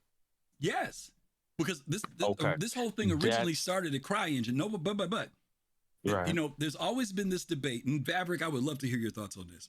There's always been this debate on the pros and cons of starting with a build your engine versus taking an engine to adapt. Now, Vavrick will tell you there was a major shift with CryEngine when they changed it from 32-bit to 64-bit. Because what they found out with 32-bit was that the game was not going to be capable of doing some of the things that they wanted to do later on. And that was a big deal. Not to mention CryEngine had its limitations. So there is a side of it that says, and again, I'm gonna let Vavrick talk about this a little bit, because when you go back in and change an engine, there's a lot in there. Matter of fact, a lot of the people that worked for CIG were CryEngine people. He literally hired CryEngine people to come over and work on it. Let me let Vavrick talk about it. Go ahead, Vavrick. Yeah, it is literally rewriting the whole thing. Like, you know, because you're changing the way that everything compiles. You're changing, you know, like I can't even begin to describe what has to happen to do that in the way that they're doing it. They, like, when I look back on it, I was thinking they really should have started with their own game engine, you know, but they went with CryEngine, and then they had so much in it, and they were building Star Engine or whatever it was called. Star Engine, yeah. And they got really married to that code base because of that. And there's no, you know, moving back from that. But that does have ramifications. Moving from 32-bit to 64-bit is absolutely incredible. Yeah. Can I ask you a question, Vavrick? Sure. How long does it take to build up an engine from the ground up? It can take years. Okay, like, just give me a ballpark, just general rough estimate. Anywhere from what to what you think, Vavrick, for a game engine? Like you can get open source, like you can get an engine that you could just sort of download from somebody else, you know, and work with that, or I mean, which is exactly the same thing, right? You know, like, but ballpark is anywhere between 1 year and 10 years. Okay, so that kind of really ties into what you would say. I'm just saying. Yeah. I mean, but I'm just saying that's we going to don't always know. be there's always always going to be that question of what would have been better. Also, there are still little things in CryEngine that are from CryEngine that they've got in the game, like the error messages when we try to log in and stuff like that. They don't know what's causing all of those errors, and the reason why is because they didn't write the whole the whole game engine. They just wrote part of it. Millions and millions of line of code. Yeah, it's big. Right. And so and that's all. I'm just trying to get to that point that there was a shift in at some point, right? Yeah. Where they had to go to another platform because they, like you said, it wasn't going to be able to hold. It didn't go to another platform. Like Vavrick said, it's moved from CryEngine. It went from to Star Engine. Then they moved over toward what would become Lumberyard, and then it became whatever I apologize. the new thing is. I meant the wrong. I meant in the sense they went from 32-bit to 64-bit, and the reason why I'm saying that is because I seen that happen with Avid. Okay. From the music industry. Oh, okay, yeah. Avid. Yep. When Avid was Avid for a long time, was stuck in TDM. When they had the TDM cards, they were stuck in 32-bit. Their cards could not go any further because when they were in TDM, it could not go. And when they changed over, unfortunately, they had to go to 64-bit. They were just really laxed on it, you know, but that's a whole nother story. But, you know, I'm just, you know, speaking from a reference from, you know, what I've experienced, you know. Yeah, in some ways, it's a damned if you do, damned if you don't. And I don't know. Once again, maybe history will reveal itself in the end, because there's still so much of the method behind the madness that we just don't know. Vavrick is always saying, we don't know the whole story. You know, none of us are able to pull the wizard's curtain completely back with the level of transparency we have to make us, yes, it was the right decision, or no, it wasn't the right decision. So my feeling is time will tell, you know, time will tell. And like any company, I mean, my good friend Nihilus, who's a business owner, anybody who's owned a business will tell you that you are going to make mistakes. You're not going to make every decision right. You try to make them right because obviously they're costly when you do make bad decisions. And those costs can come in many areas. They could be financial, they could be in relation to employment, a whole lot of other things. But again, history is going to have to be the one that determines whether or not CIG's path was the right way to go. You know, painful or as exciting as it may be. So, yeah. Okay. All right, let's keep going. Let's jump in. We got next two questions are some of those perennial questions here. First one is ship modularity. Yeah. I mean, I don't even need to read it, do I? But it says, has there been any progress on modularity since it was last talked about? Yes. Good news at last. Good news. Well, we'll be the Good judge news. of that. We'll be the judge of that. So, you ready, chat? You ready, Eyes on the chat, guys. Come on. Yep. So with the development of the whole sea, we've pretty much figured out the last hurdle. And in fact, Chris is responsible for the test that I got him to do for it, where we can have object containers, which is the interior collection of assets, loaded as an item, loaded onto the ship, because that's how the rear of the whole sea is attached to the ship and moves with it. What had stopped us technically going any further with this was items inside those object containers couldn't talk to the vehicle it was connected to. Right. So the example of the Retaliator, the torpedo droppy arms, they're actually part of the exterior of the ship currently because that's the only way they can work. So if we allowed you to swap the modules, no matter what module you had, there'd be a pair of torpedo arms dangling through the middle of it. Chris did a test where he attached a load of missile racks and torpedoes to the inside of the back of the hull sea, which is not going to ship with it. Wait, you're saying we're not having a torpedo hull sea? Yeah. There is a shelf that says "Do not submit" in very large letters. And the pilot had full control of that, and they could fire them. So after the whole sea ships and we found any more quirks with that setup, we're in a position where, to my knowledge, touch wood, technically there's nothing stopping us doing modularity now. That was the last big hurdle for it. There's nothing technically stopping us from doing it, but there's also priorities and There might be things, logistics. building a team. Nothing technically stopping us. Yeah, nothing technically stopping us. Yeah. So what I heard was that whole CMX at Citizen Gun. Oh yeah, just full of size 9 torpedoes. All of the. Okay, did everybody get that about the Retaliator? Okay, so No. okay, you guys know the Retaliator is modular. You can Right. okay, you know you Right. got there's the 2 bombing sections and those could be swapped out. And the reason why they sold the Retaliator, like when you buy the Retaliator now, if you buy the base, you get the bomber. You don't get an empty Retaliator. They give you the bomber variant. And that's because when they built it, they actually built the bomb, the components that hold the torpedoes on are not connected to the module. They're actually connected to the frame of the ship. So if you were to remove that room that the torpedoes are in and put another room in there, those arms would still be sticking down because they're not a part of the module. They're part of the frame of the ship. So what he was saying about the panels on the hull C is that items, when he said they weren't communicating, this goes back to what you all were talking about the intricacies of how items will be connected in the game. When you attach something, let's just say, for example, you attach a cargo box to one of the wings on a hull C.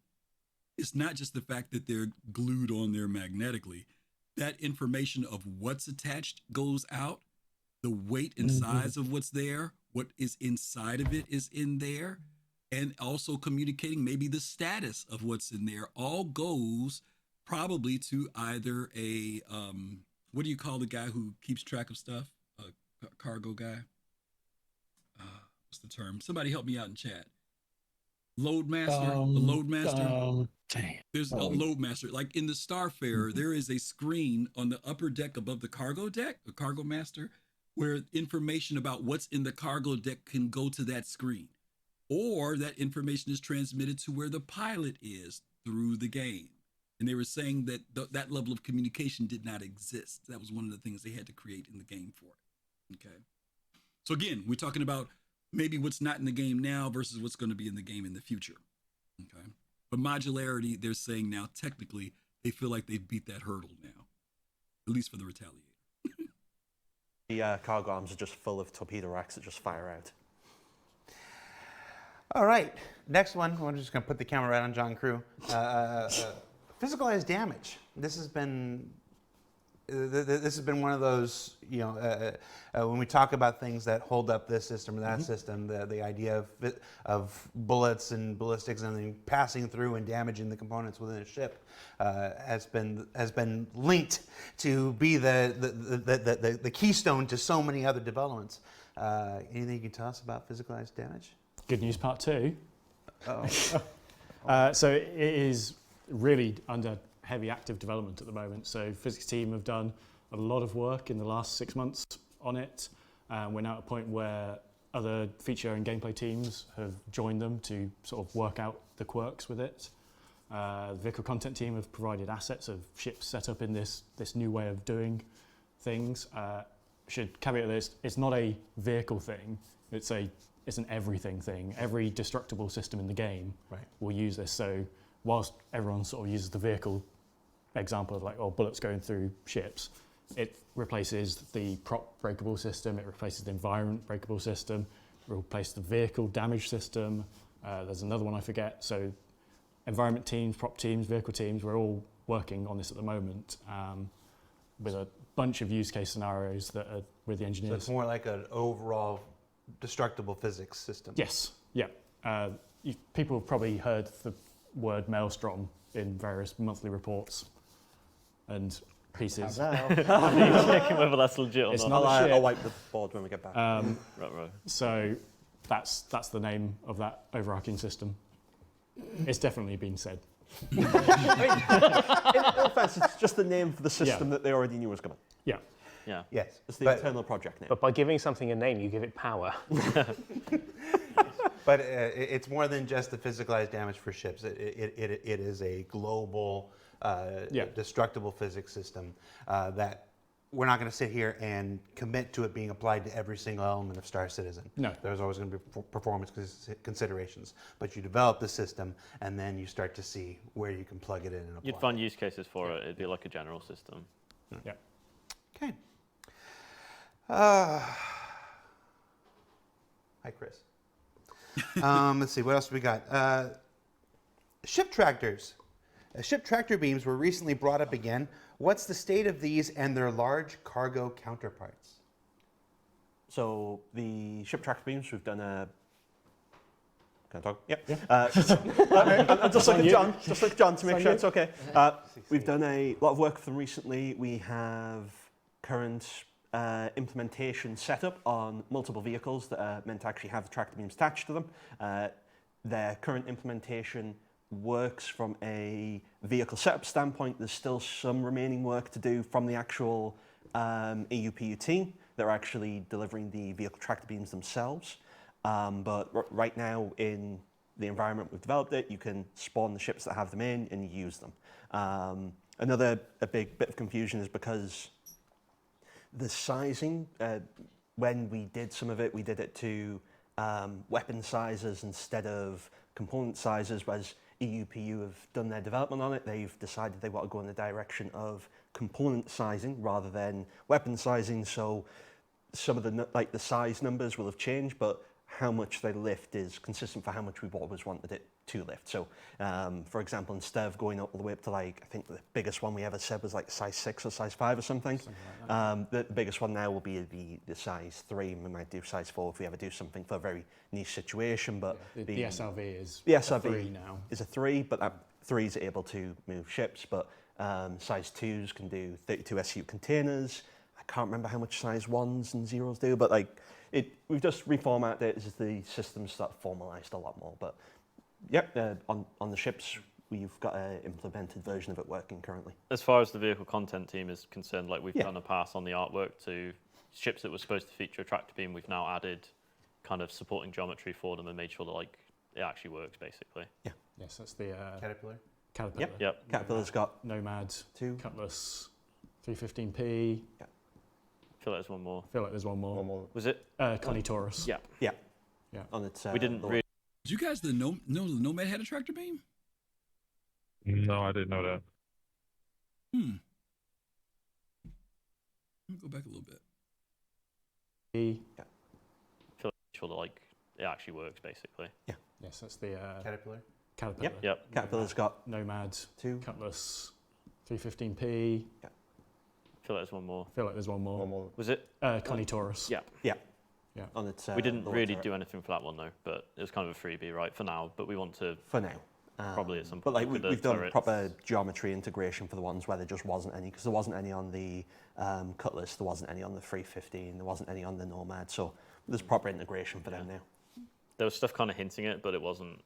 It's It probably wasn't like legit, so to speak. Yeah. It wasn't actually like a utility mount with a actual. yeah. So they're now proper vehicle turrets, so you on can it. swap to the view and use Yep. them and move boxes and things. How's the golden standard for the Retaliator going? We'll get to that point where we do some updates on ships general, but this was a highly voted question. Yeah. So it is in progress. We're working on the cockpit at the moment, bring it up to modern standards because it's a bit Yeah. old-fashioned, I guess is one way to say. It's not really got MFDs to the right metrics anymore. Right. Doing it for Squadron first, and then it'll work its way into the P when we're happy with what we need to do for Squadron. Will there be a way to dock a reclaimer to a station in the future to avoid needing to go down to the planet to retrieve it? Let me stop there for a second. Elvin, on the earlier version of the Cutlass, the tractor beams were in the back. There was especially on the Red, it was above the ramp back then, and they've changed the ship since then. Starjump Grimm, if you go back and watch his Drake Interplanetary commercial that he did, the long one, the long form, and he's in touch with CIG's people a lot.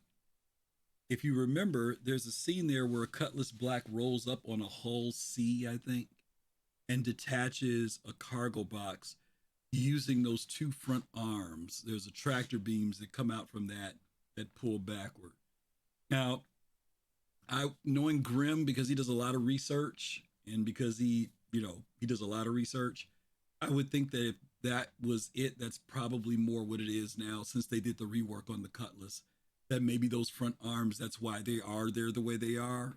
They're not stabilizers. If you look at them, there's some things there talk about warning and all this other stuff. That maybe there are some type of emitters that come out of there that allow you to do tractor beaming from the front, which would kind of make sense better than the rear, because if you're taking something, you want to move it around, you can't do anything about it, in the back. So, Bonsai says he looked up the Nomad. It says with a size 1 multi-purpose utility mount at the rear, the Nomad is suited to varying extreme situations. Okay, thank you, Bonsai. And I saw that Fire Medic Slim also talked about it being back there in the truck bed. So that would make sense. Interesting. Very cool. All right, we'll keep going. Anybody got anything for that before I go on? No. Okay. So we wanted that originally for the original implementation of the docking collars, but we found that the current positioning of the arms and the engines were off. So we're going to have to go in and fix that, as well as I think we found the actual doors were the wrong size as well. So we need The to door sort is them just as well. some I think random we looked door. at that and we did some work towards. No, we wanted to do it. We just Okay. didn't have time when we were doing all the other Docking salvage collars. work. Yeah. So yeah. it's wanted, but it's going to require changes to the exterior, the physical arms and everything, which are very complicated mechanisms. So it's a big time investment. So it's something that's going to get done, but it's when we can find resources to actually do it. Because, like you said, with the ramp up, every time we try and expand the team, we're losing resources to actually train the new people that are coming in. Let's stop there for a second. You guys knew what they were talking about, the Reclaimer, right? Elfwin, thank you for that follow. You guys know what he's talking about with the Reclaimer? No. Okay. Oh, okay. You know, on the Reclaimer, remember when we did the Reclaimer mission that time? We went out there and did the pirates were on there and stuff. Remember we came in through that back door, the upper rear? Okay. Those doors are the same shape as the door on the 890 jump and on the Hammerhead. And so the question was kind of like, can the Reclaimer also dock? Because it's that same type of octagonal shape or whatever, oval shape that goes to any of the other docking collars at stations right now. And I even wondered that. And what they said was that those doors actually are not the right size. They look like they are. They're shaped the same way, but evidently they're bigger or too small. So they weren't able to do it. The other thing is that even if you were to push the Reclaimer over to a docking station, the landing legs on it would collide probably in some form. So they just said they actually have to move the legs on the Reclaimer, which goes back to Admiral Kusanagi's point about it being an older ship and they're going to have to do a rework on it. So he's just letting us know that there would be some type of adjustments on the reclaimer Well, because of where those arms Thank you are. very much. Thank you very much. right. Hand clap for you to wear. But that actually goes back to the other question that you asked us earlier about why are these ships taking so long? Well, yeah, but just the fact that there's going to have to be a rework, we'll say, and that ship's Right. already out, right? Right. You know what I mean? Exactly. So Because there's you that have, too. like you said, is all of these mechanics that go into the game. Yeah, because back when the reclaimer came out, I'm not saying they couldn't have avoided it, but I'm saying nobody knew. We didn't have stations back then, right? Docking things weren't in yet. They just knew. And again, concept artists put things in, and people have said this before. With concept artists are not engineers, right? They're not devs. They put out something that looks cool, that looks practical, but then later on it has to be refined. And like I said, that was the same thing that happened with the Carrack. Carrack was a lean green, machine when it came out in concept, but she turned into a big Bertha when she became, in reality, in hangar. So which is easier to like copy and paste, some Frankenstein ship together because you've got better parts because it's 2023 parts, or is it just to be like, we know what it looks like, we got all these schematics, we got these kind of measurements, and we have all these prefabs because we've been working on them and getting our quote unquote our tool set. Let's just redo the whole damn thing. Is it we talking about saving like a month here? I mean, or like 6 months or what? Let's say this. Metrics and stuff started getting in place by, I think it was 2016, 2017, right? So any ships that were pre that time, ship metrics were not defined well enough. So that's why, if you remember, Admiral, back in the day before they did the rework on the Avenger, do you remember when you used to go into Avenger, you clipped into it? You used to have to actually stoop down to walk down that back I remember ramp. the Avenger. Remember that? I remember it. Oh, yeah. Right. And so later on, once they started getting the metrics together for the different manufacturers, now when you get ships, those problems don't exist. You don't clip through a Mercury, you don't clip through a this or that, because now they know, because of the body frames and everything else, armor, they now have accommodated and made sure that we can fit in things the right way and that there's no graphical hitching or glitching. But a lot of those early ships, like the Avenger, like the Reclaimer, were all pre-metriced. And so some of those ships, that's why some of them grew in size, because they needed, even the Retaliator. They told us that the rework on the Retaliator, the ship's going to get bigger, because when they want to be able to allow NPCs to walk on that ship, you guys know how a Retaliator, when you walk down the halls, they're very narrow. It's just enough room for one person. They said they wanted to be so that two people can pass each other, you and an NPC, which means they've got to widen the halls. They're putting a docking collar. One of those ramps is disappearing for a docking collar on the side. Back then, docking collars were at the top and bottom of the ships. They've been phasing those out. You could probably EVA in and out of them, but as far as docking to something, they're going to put a docking collar on the side. So even that, and Retalia's an old ship. It's not a new ship. It is one of the earlier ships in the game, metric and everything else. So should it be replaced entirely, or just nope, like a rework? No, they'll just rework it. They'll do a rework. They said they're doing a rework on it. Yeah, they're going to do a rework on it. I just like getting rid of old code, you know what I'm saying? Well, it's not even old code. You've got to remake it. The code, I don't know. Vavrick, since the ship exists, is it easier to start over, or is it just, if it's just a matter of changing sizes and matching things out? What's better? You just change the code in the thing, but I have a feeling some of it is artwork too. Like they need to make just line up things, Yeah. Well, Vavrick, is it like, because it's, you're talking about something that was created on the Cry engine originally for that engine, and they moved it over to the other one. How does that work? Does it not matter? No, not really. Like the artwork doesn't necessarily have to change, but if they didn't have the metrics for it, then it's going to cause problems, because those are collision surfaces, right? Right. So if you try to go into a wall or into a doorway that's too small, it's a wall to you. Yeah. And you don't want it to be. Right. Yeah. And they talk about that a little bit later, about how some of the sizes are off just by literally an inch or whatever, and certain things aren't working. So I think it's coming up, in fact. So complete rework for the Reclaimer. I'm just kidding. I was trying to make a joke and then I got the names mixed up. There's certainly a lot of room for improvement with the Reclaimer. Like the rear cargo lift and everything needs the whole rear section of everyone's favourite multi-stage elevator. Wait, did you say Starfire or Reclaimer? Reclaimer. Okay, so Starfire is perfect. Starfire is not perfect. Starfire is having its insides pulled out, redone completely. Can I watch that? Mm. Can I watch you? Stream it pay-per-view. Absolutely. So we have personal feelings too. Let's see. We talked a lot about the capital ships. Things like this. One of the most voted up questions here is about the Polaris. Simply put, is the Polaris actually in production? It shows that it is on the progress tracker, but the Apollo was once on the progress tracker at one point as well, and priorities change, and yada, yada, yada. So we'll go to Camera John here, but there's one. Camera John. There we go. That just sounded like Ben wanted the question. No, I didn't. Oh, good. Ben was you were talking I crap think it's about only it. fair. Okay, Ben. All right. So is the Polaris in production? I'm going to start with the Apollo.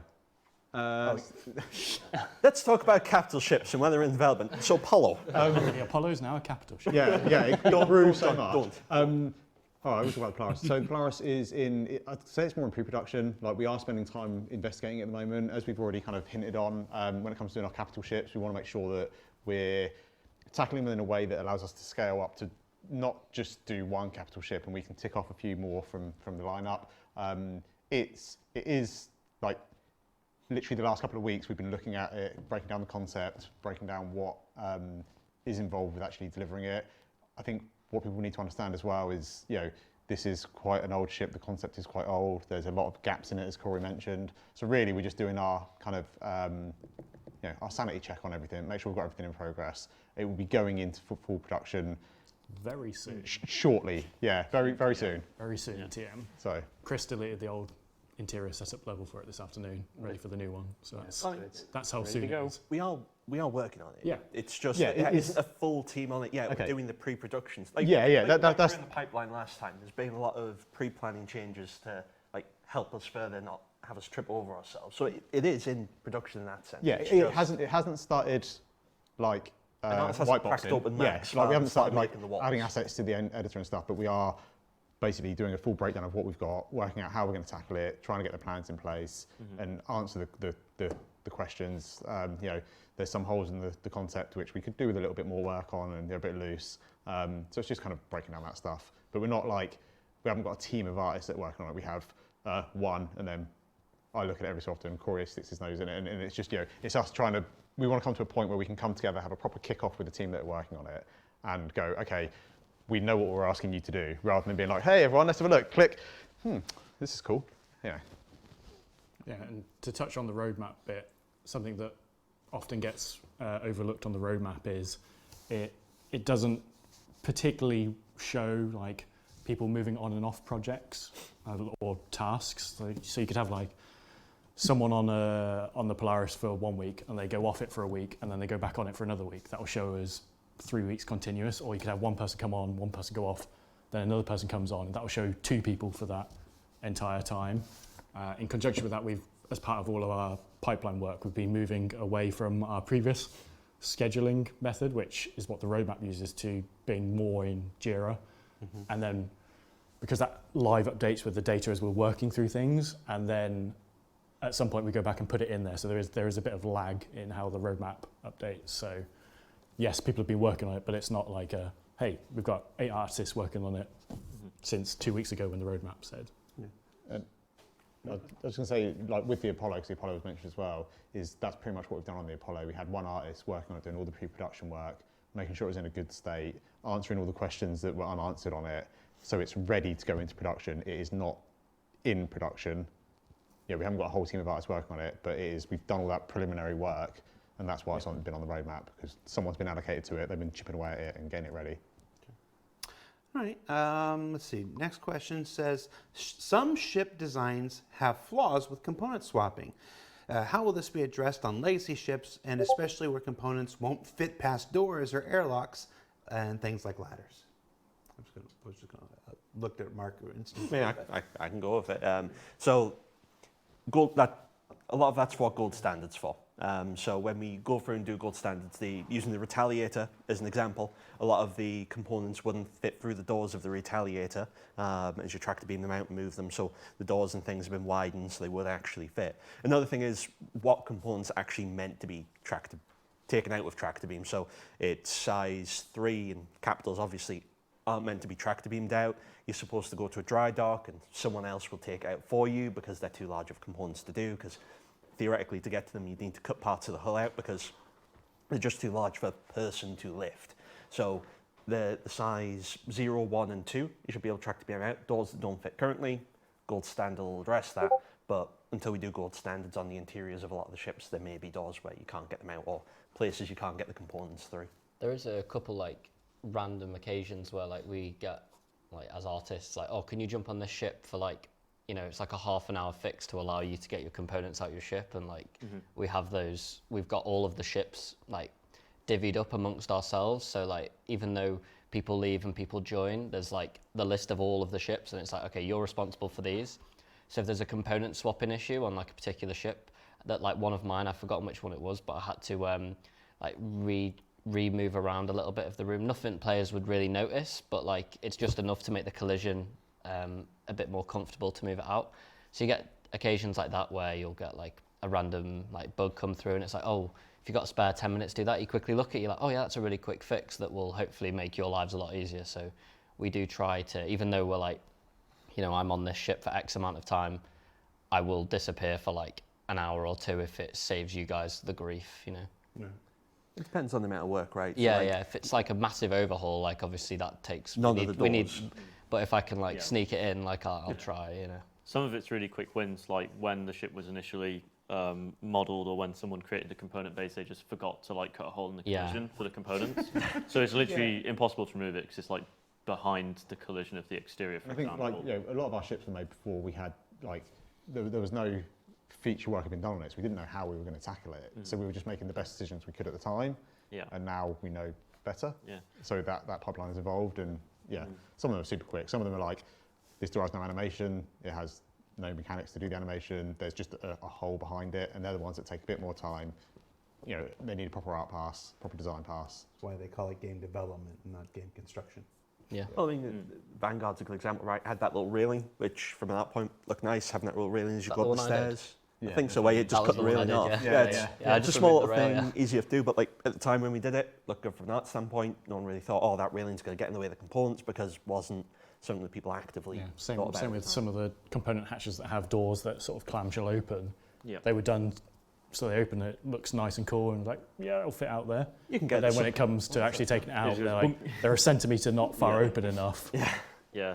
So there's all sorts of little things that you don't spot.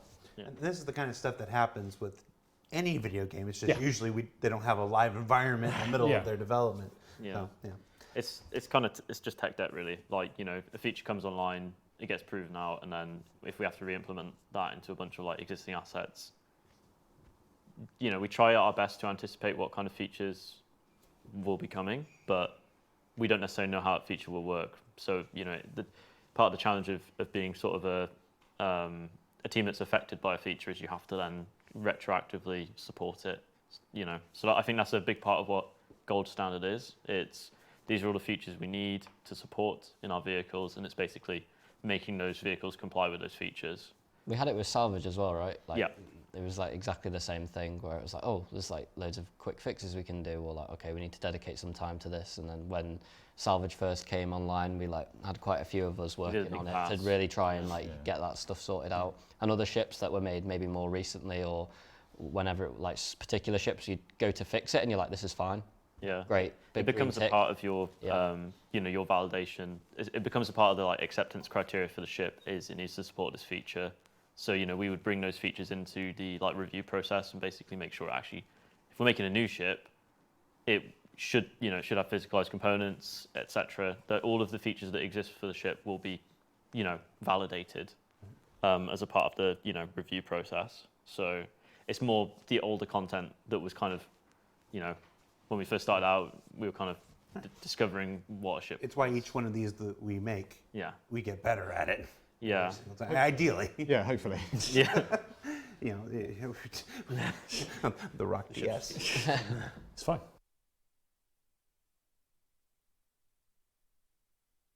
Cut you off. It's like, no, terminate it. Cut them off. Was that the emergency button? Kill it. The salvage thing was a really good example of how some things you just can't plan for ahead of time. Like salvage is coming online, we know it's going to use the UV2 damage system. We've done all that for the ships already because that's what damage does when you shoot ships. So we're good. And then when it came online, we were like, oh boy, we're not good. Yeah, well, we didn't realize quite how much of the like the visuals would affect the actual data. So you know, the parts of the ship that were like slightly you know, wouldn't necessarily take as much damage, and they, you know, it'd look fine when you'd blown the thing up. But then it was meaning that you could never like 100% salvage the ship because you couldn't salvage like certain panels, and obviously it just looked a bit weird that, you know, you'd be salvaging along and it would just stop, and it's like, oh well, yeah. Or when there was stuff behind it that would make you see through, like or salvage like the left wing, and then like the rear right fin would just disappear, and you're like, what? What's going on? You know, in chat they're debating whether I did that on purpose when I mentioned the my absolute adoration for the Rock DS. No, I did not do that on purpose. If I had done that on purpose, I would have said how much I really like the Rock DS, and then this would have happened.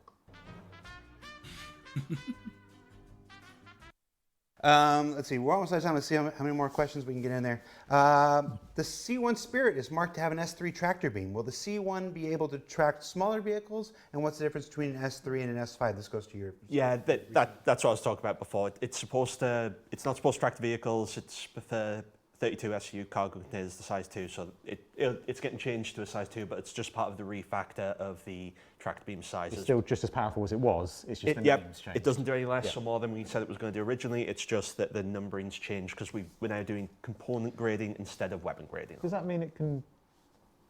I don't know if I want to ask this question. Go on, ask the question. So if you've got like a PTV that's like super small, can that be picked up by a size 2? 32 SU containers. What was set as the maximum you'd have to ask UPU. Full of what though? Gold? That's UPU. Water. It's their feature. Come on, give us the answers. So all right, I'll just go ask. Is the PTV smaller or larger than 32? Well, physically it's smaller. Yeah, it's much. And it would weigh less? Definitely would have less mass. I feel like I'm getting someone into trouble here. Do the redacted thing. Quick call Thorsten. Yeah. Yeah, ring Thorsten. Can we get Thorsten on the line?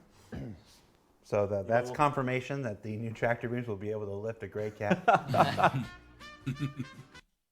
Let's see. I can hear the team's messages as well. Yeah, team's messages are going to break the door down. What? All right, you had to know this one was coming. What does the Fury and Cutter shutters mean for the Carrack? It's not as cool. We'll do them at some point. No, who's taking it? Me, I guess. So I want to put them on it. I just need to find time to do it. I was told today after learning of it, because I'm one of the newer members of the team, so I didn't actually know that Carrack needed these shutters and stuff. That's for like these guys who know it inside and out to tell me. So I was informed today, because the Carrack's one of the ships I look after. It's like, oh Dan, if you get time, you know you can put the blast shields on the Carrack, and I was like, oh, and you're going to say it on live as well. Now I'm going to get bombarded on Twitter until it's done. So you've confirmed it. Yeah, so if you find Dan on Twitter, on Spectrum, if you can dig out his email address, feel free. No, don't. I will try for you guys, but yeah, it's just a case of time and like. Dan doesn't dictate his own priorities. When we talk about like, you know, when you jump on for like, me, it kind of comes back to like the salvage stuff or like the tractor beaming of components. Like if I look at it and I go, oh, that's a quick fix, it'll be a quick thing. But if I look at it and I'm like, that is not a quick thing, I need to ask for some time because it will affect my other work, then it becomes I mean, we did say that you can have a look at it and see how much work it is, and if it, you know, if the file's already been set up, all the animation data's there, it's all ready to go, and it's just a case of we just need to export it and do it, then cool. But if it's going to take you away from the current vehicle you're on for a week or two, then... When the Carrack was developed, we did prove Don't. Yeah, it's nice to fix bugs as a treat. It's just there's more to it. It's that like needs doing. We made sure it would work, but that's okay. All right. I thought you were going to say it only take 5 minutes. No. What I'm saying is we just proved out the spacing, the animation mechanism and stuff. Like it's going to need UV2s, it's going to be LODs, it's going to need more detail and popping, like all that stuff. It's not going to take 5 minutes then. No. I mean, he did manage to build the entire Fury all by himself. Yeah, I know. Rip on Alex. a single weekend. Alex. In memory of Alex. In memory of Alex. F's in the chat. Let's see. A long time ago in the shipyard articles, you mentioned different component types. We talked about sizes, industrial, military, etc., and the ability to tune them. Is this still the plan? And if so, can you give us any hope for the future of tuning? Love Twingo? Oh, that's your car. Yeah. Twingo? I'll talk about the Twingo for the rest of the No, time. It's sort of more of a EU-PU thing now. Definitely plans to have those different types, grades, sort of like performance windows for different items. And they have a pretty comprehensive engineer slash tuner slash repairer gameplay proposal that they're working on as part of some of the other features they're doing. So it's sort of tuning items is part of that role. So it's definitely planned. Yeah, with that, let's see, anything else? Normally, we're just about out of time. Normally, we do kind of a round robin on ships that are in production right now. Because, like you said, sometimes the public roadmap falls a little bit out of sync and stuff like this.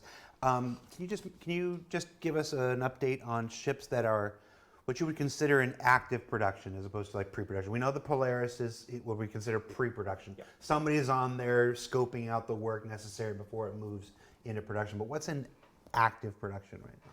We're in the danger zone here now. Yep. Well, I'm going to slowly do it and look at John as I see. So there's Redacted that's on Josh. Yeah. There's Adam. Will I talk about that one? I'm trying to think what Adam's doing. Who knows? Spirit. Yeah. Yep. We've got Too late. Too late now. Yes. I was pretty sure that one was safe. So we've got the Spirit in. What else do we have? SLV just finished art and design. Yeah. Obviously. Hull C. Yep. Hull just C. at the end in its final teething. We've got some stages. more redacteds that are on Chris. What else is it? What the US working on? X1? What's the US working on? X1's about to start on the US. Technically, that's had a little bit of work done already, but... Yeah, the Storm is storming through production. Oh, he did it. No, it was in the segment. It was in the episode yesterday. Oh, you said the storm is storming through. Yeah, no, we actually... we missed a narrative bit. It's, again, some of those things that missed through. It's like, in case you guys didn't catch it from the episode, the Tumble Storm is in a concept promotion right now as part of Invictus, but it is already in production with the LA folks. And it's looking good. That stuff you saw at the end, that was not concept art. That was the actual white box and into gray box stuff. It's looking great so far. They're doing the Santok guy as well. We'll be updating for the We'll be showing you an update on the Santok Yai for Alien Week in just a few weeks. Montreal working on some variants of an existing ship. I'm just trying to mentally go around the floor. Pretty sure that's all of them. Retaliator stuff we're doing, we talked about before. G12? G12 will be going, so in the next year, backlog ships that will be going into production. Caveat, things can always change. Let me stop there for a second. Of the ships that they said that they're in production, anybody excited about any of those? I am excited about the Storm. Okay. Realistically. Yeah. Maverick, anything caught your ear? Or I know you're holding out. For trying not to I'm spit anybody. holding out. I want to see them. I want to the ships that are in their backlog because I have so many of them. Yeah. Okay. Fist, what about you? Did you hear anything on that list of current stuff that they're working on? No, not really. That's really interested me. Not really. Okay. Admiral? I mean, I am kind of like my earlier comment where they should have just sat ahead of a lot more, smaller vessels. But, it is nice that they were able to get this, the Storm pretty much, going and maybe done in a couple, maybe like 2-3 months. Okay. The Storm. And then the Apollo. And the only reason Wait, they didn't mention the Apollo. They didn't mention the Apollo. There's 2 redacted ships, and I think there were 4 other ships that they mentioned. Hull C, the Spirit. Okay, I have the Spirit. The Spirit, you're looking forward to. Do you own any of the Spirits? I have the A1. A1, okay. A1. Yeah. Okay, all right. Okay, cool. Change. Yep. Polaris, Apollo, G12, Raylan, X1s. I'm noticing something conspicuously absent. The Stop there before he goes into the conspicuously absent. Those are for next year. What about any of those? Well, Griff, I'd have to say maybe the Apollo. Just because I bought the C8R, and I was a little surprised how well done that was, and I didn't think about medical at all until I saw the C8R. But so yeah, the Apollo. Okay. And of course I have the X1, but I mean it's a little tiny motorcycle or whatever. Gotcha. Pops, what about you? Griff, I am lagging so far behind. That's okay. I'll tell you what he said. He said the Polaris, the Apollo, the X1. Was one other one. What was the other one he said, guys? Now the X1 is Origin, isn't it? Right, that's their bike. Right. Oh yeah, definitely.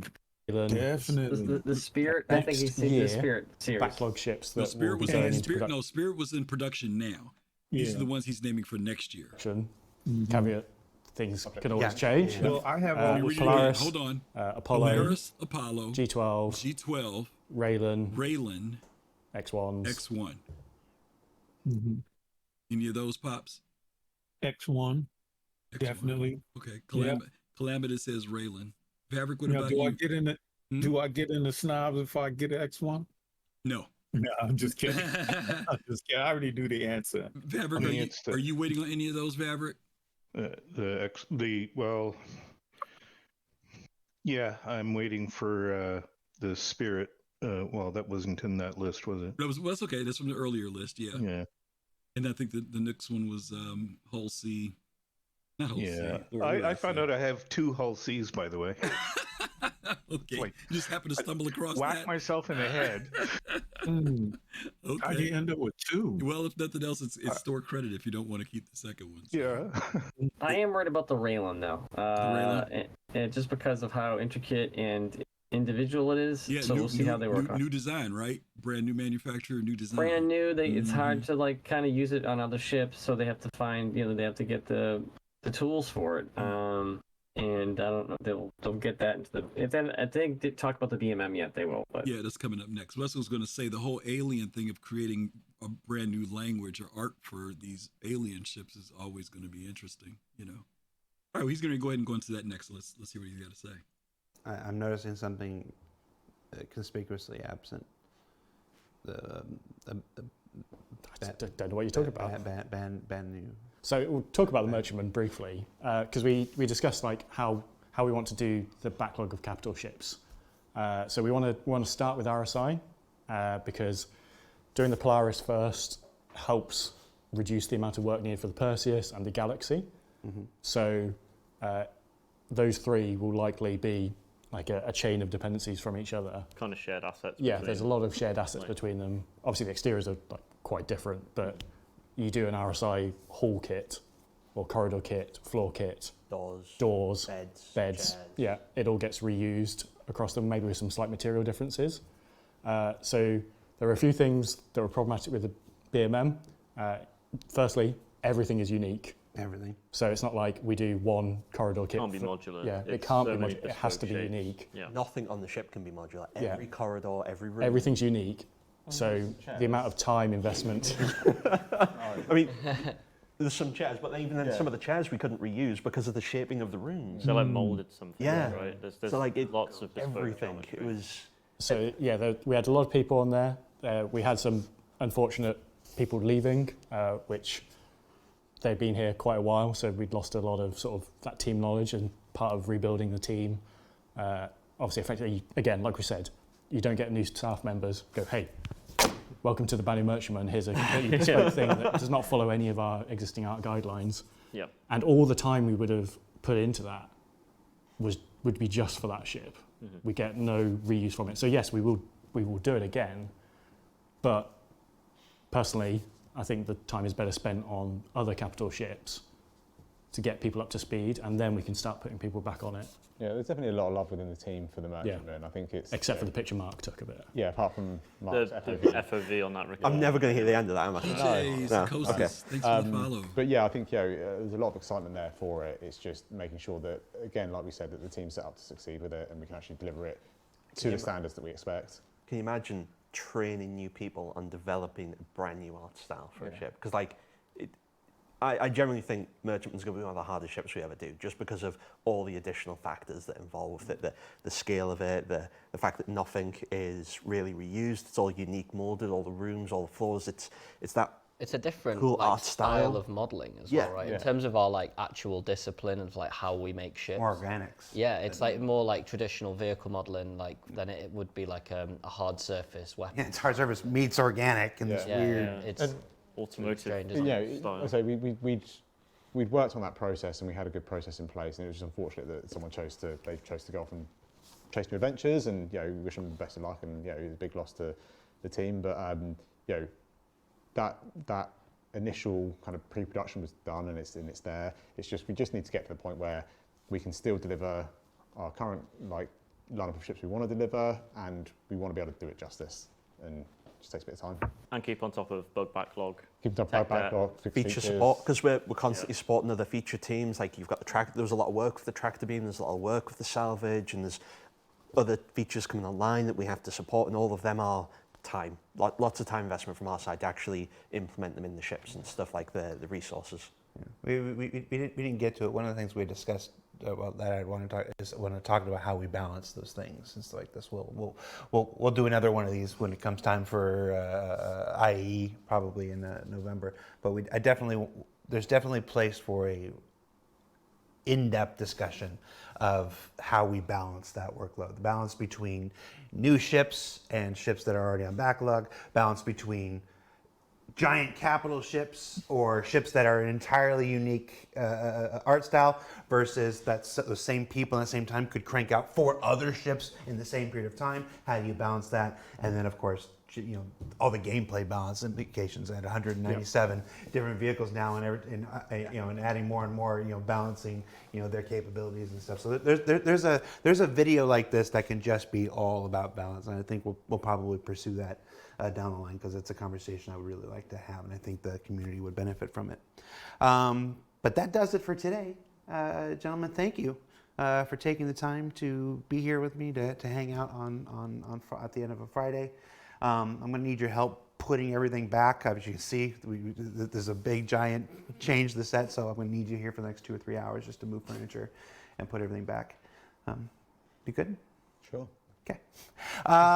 For Star Citizen Live, I'm Jared. That was what button? That was John, and that's Corey, and that's Chris, and that's Ben, and that's Mark, and that's Dan. Enjoy the rest of Invictus. I think there's more promotions to the last weekend and stuff like that. If I had thought about it, I would have looked it up and told you about it, but I'm not good at my job. And I'll see you next week. Tune in for Inside Star Citizen next week. We are talking about the resurrection like a phoenix of Arena Commander next week, and there's a lot of really cool stuff coming. So stay tuned for that. And I think we should just end it there. You haven't done Corey's introduction of role. Oh, yeah, I'm sorry. Corey, would you like to introduce yourself? Hi.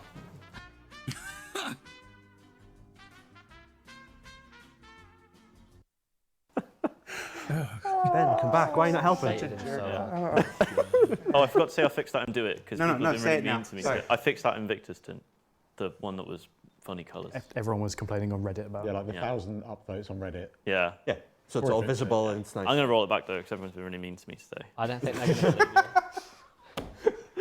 believe you. Chat wasn't mean to you, only us. I saw someone actually making a remark about my beard that I found quite hurtful. Is it that it's not impressive enough yet? Yeah, it's not very good. I ain't even got I'm one. trying, okay. True story, the very first video I did, the very first episode of Around the Verse back in like 2014, the #1 comment was, his beard has too many colors. And it shook me for like 2 weeks. I'm like, what am I supposed to do about that? I can't help how many colors, so it's just... Too many colors? Yeah, too many colors. Don't Did you don't dye it? No! Don't use, if I had to be a single color. But no, just don't read YouTube comments. I thought you maybe done like a rainbow beard or something. No. Just like salt and pepper. It's just his face. Just my face. Bye. All right.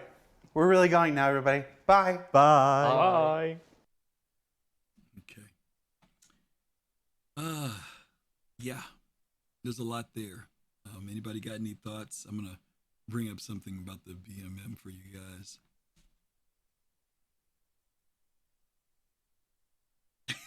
Anybody there?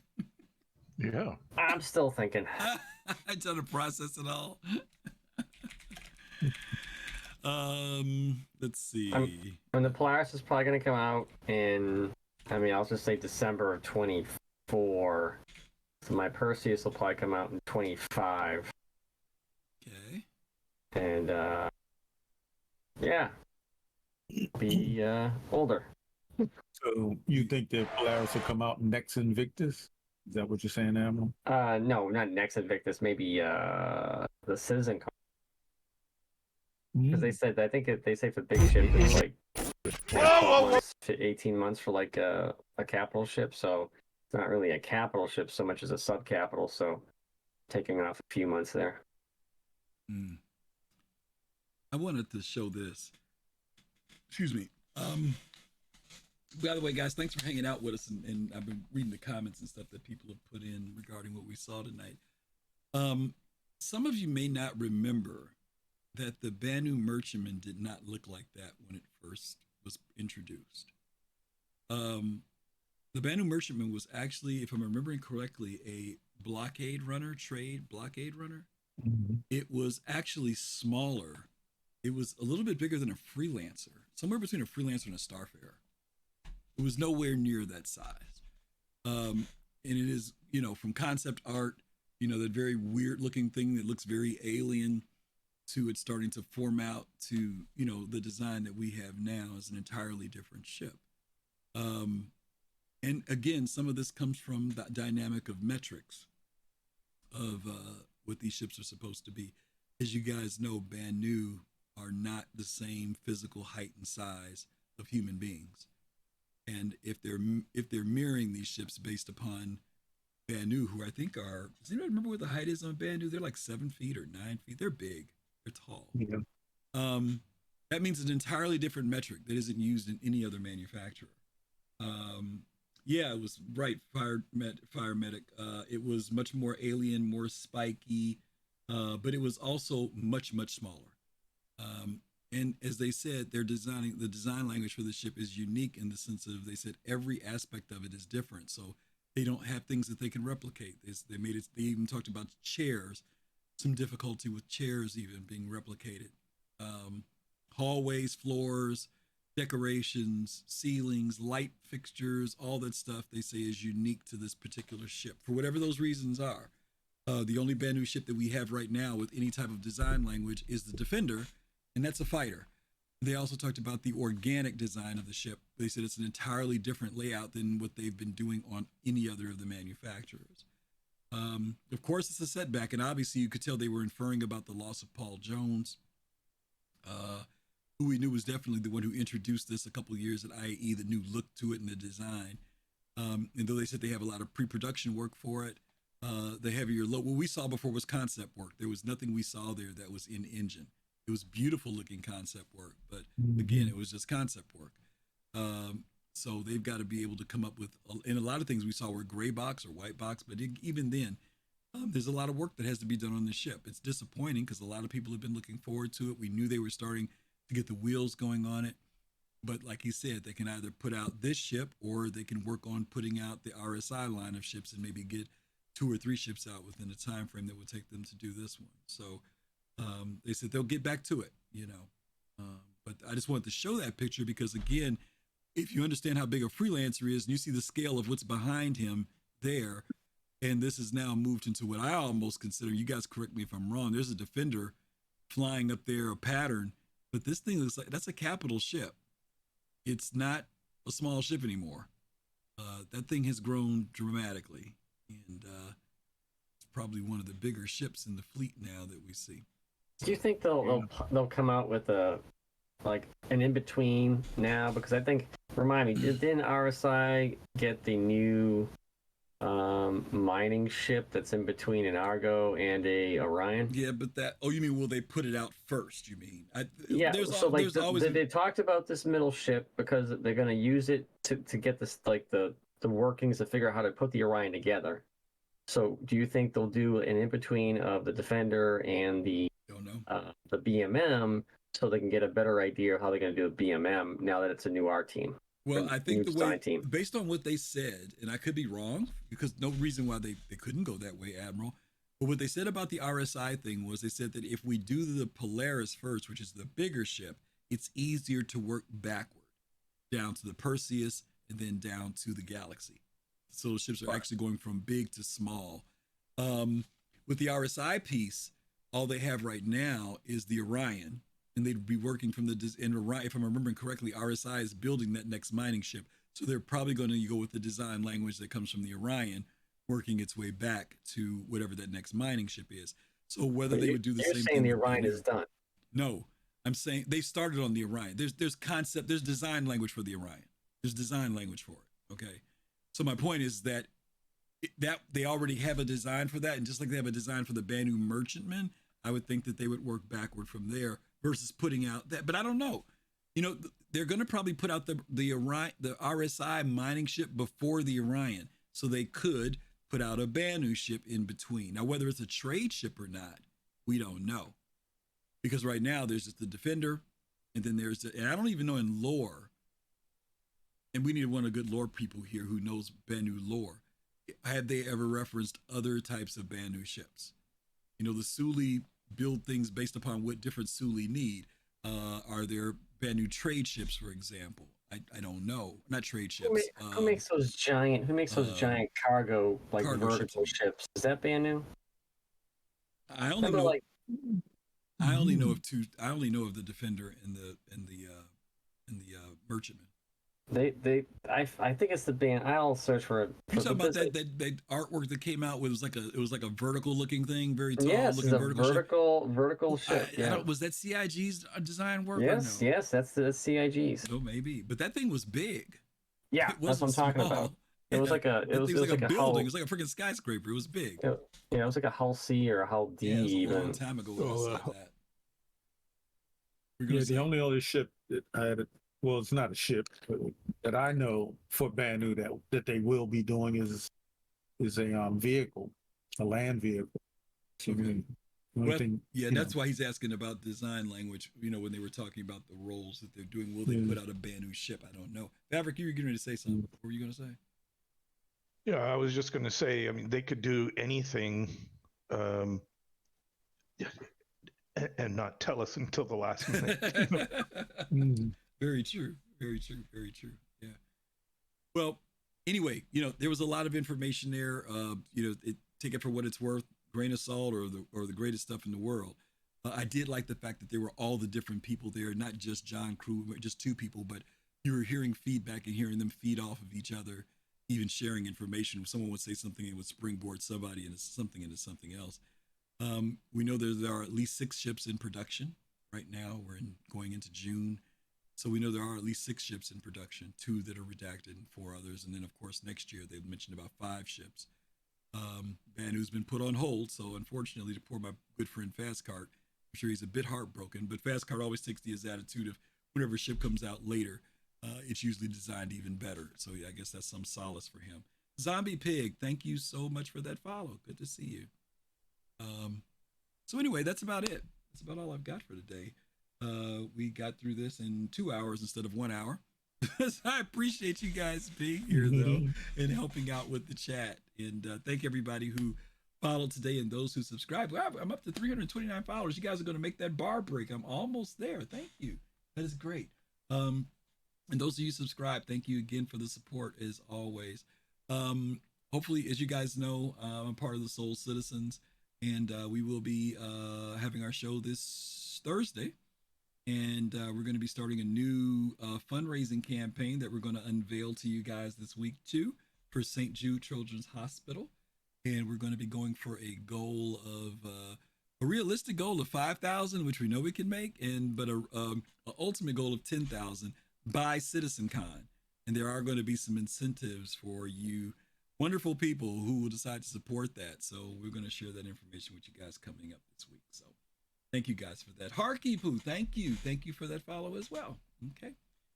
So anyway, I want to say thank you to Admiral Kusanagi, Pops in Space, Maverick, and Fist to Face, who had to duck out. Thank you guys for being here tonight with me. I appreciate you. Always welcome to come back. Don't know what we'll talk about next time, but if you see me put something out and you see the room open, feel free to come in. And thank all of you guys again for hanging out with us tonight. And take care of yourselves. Have a great week. And we'll see you guys out in the verse. Peace, love, and soul. Ciao.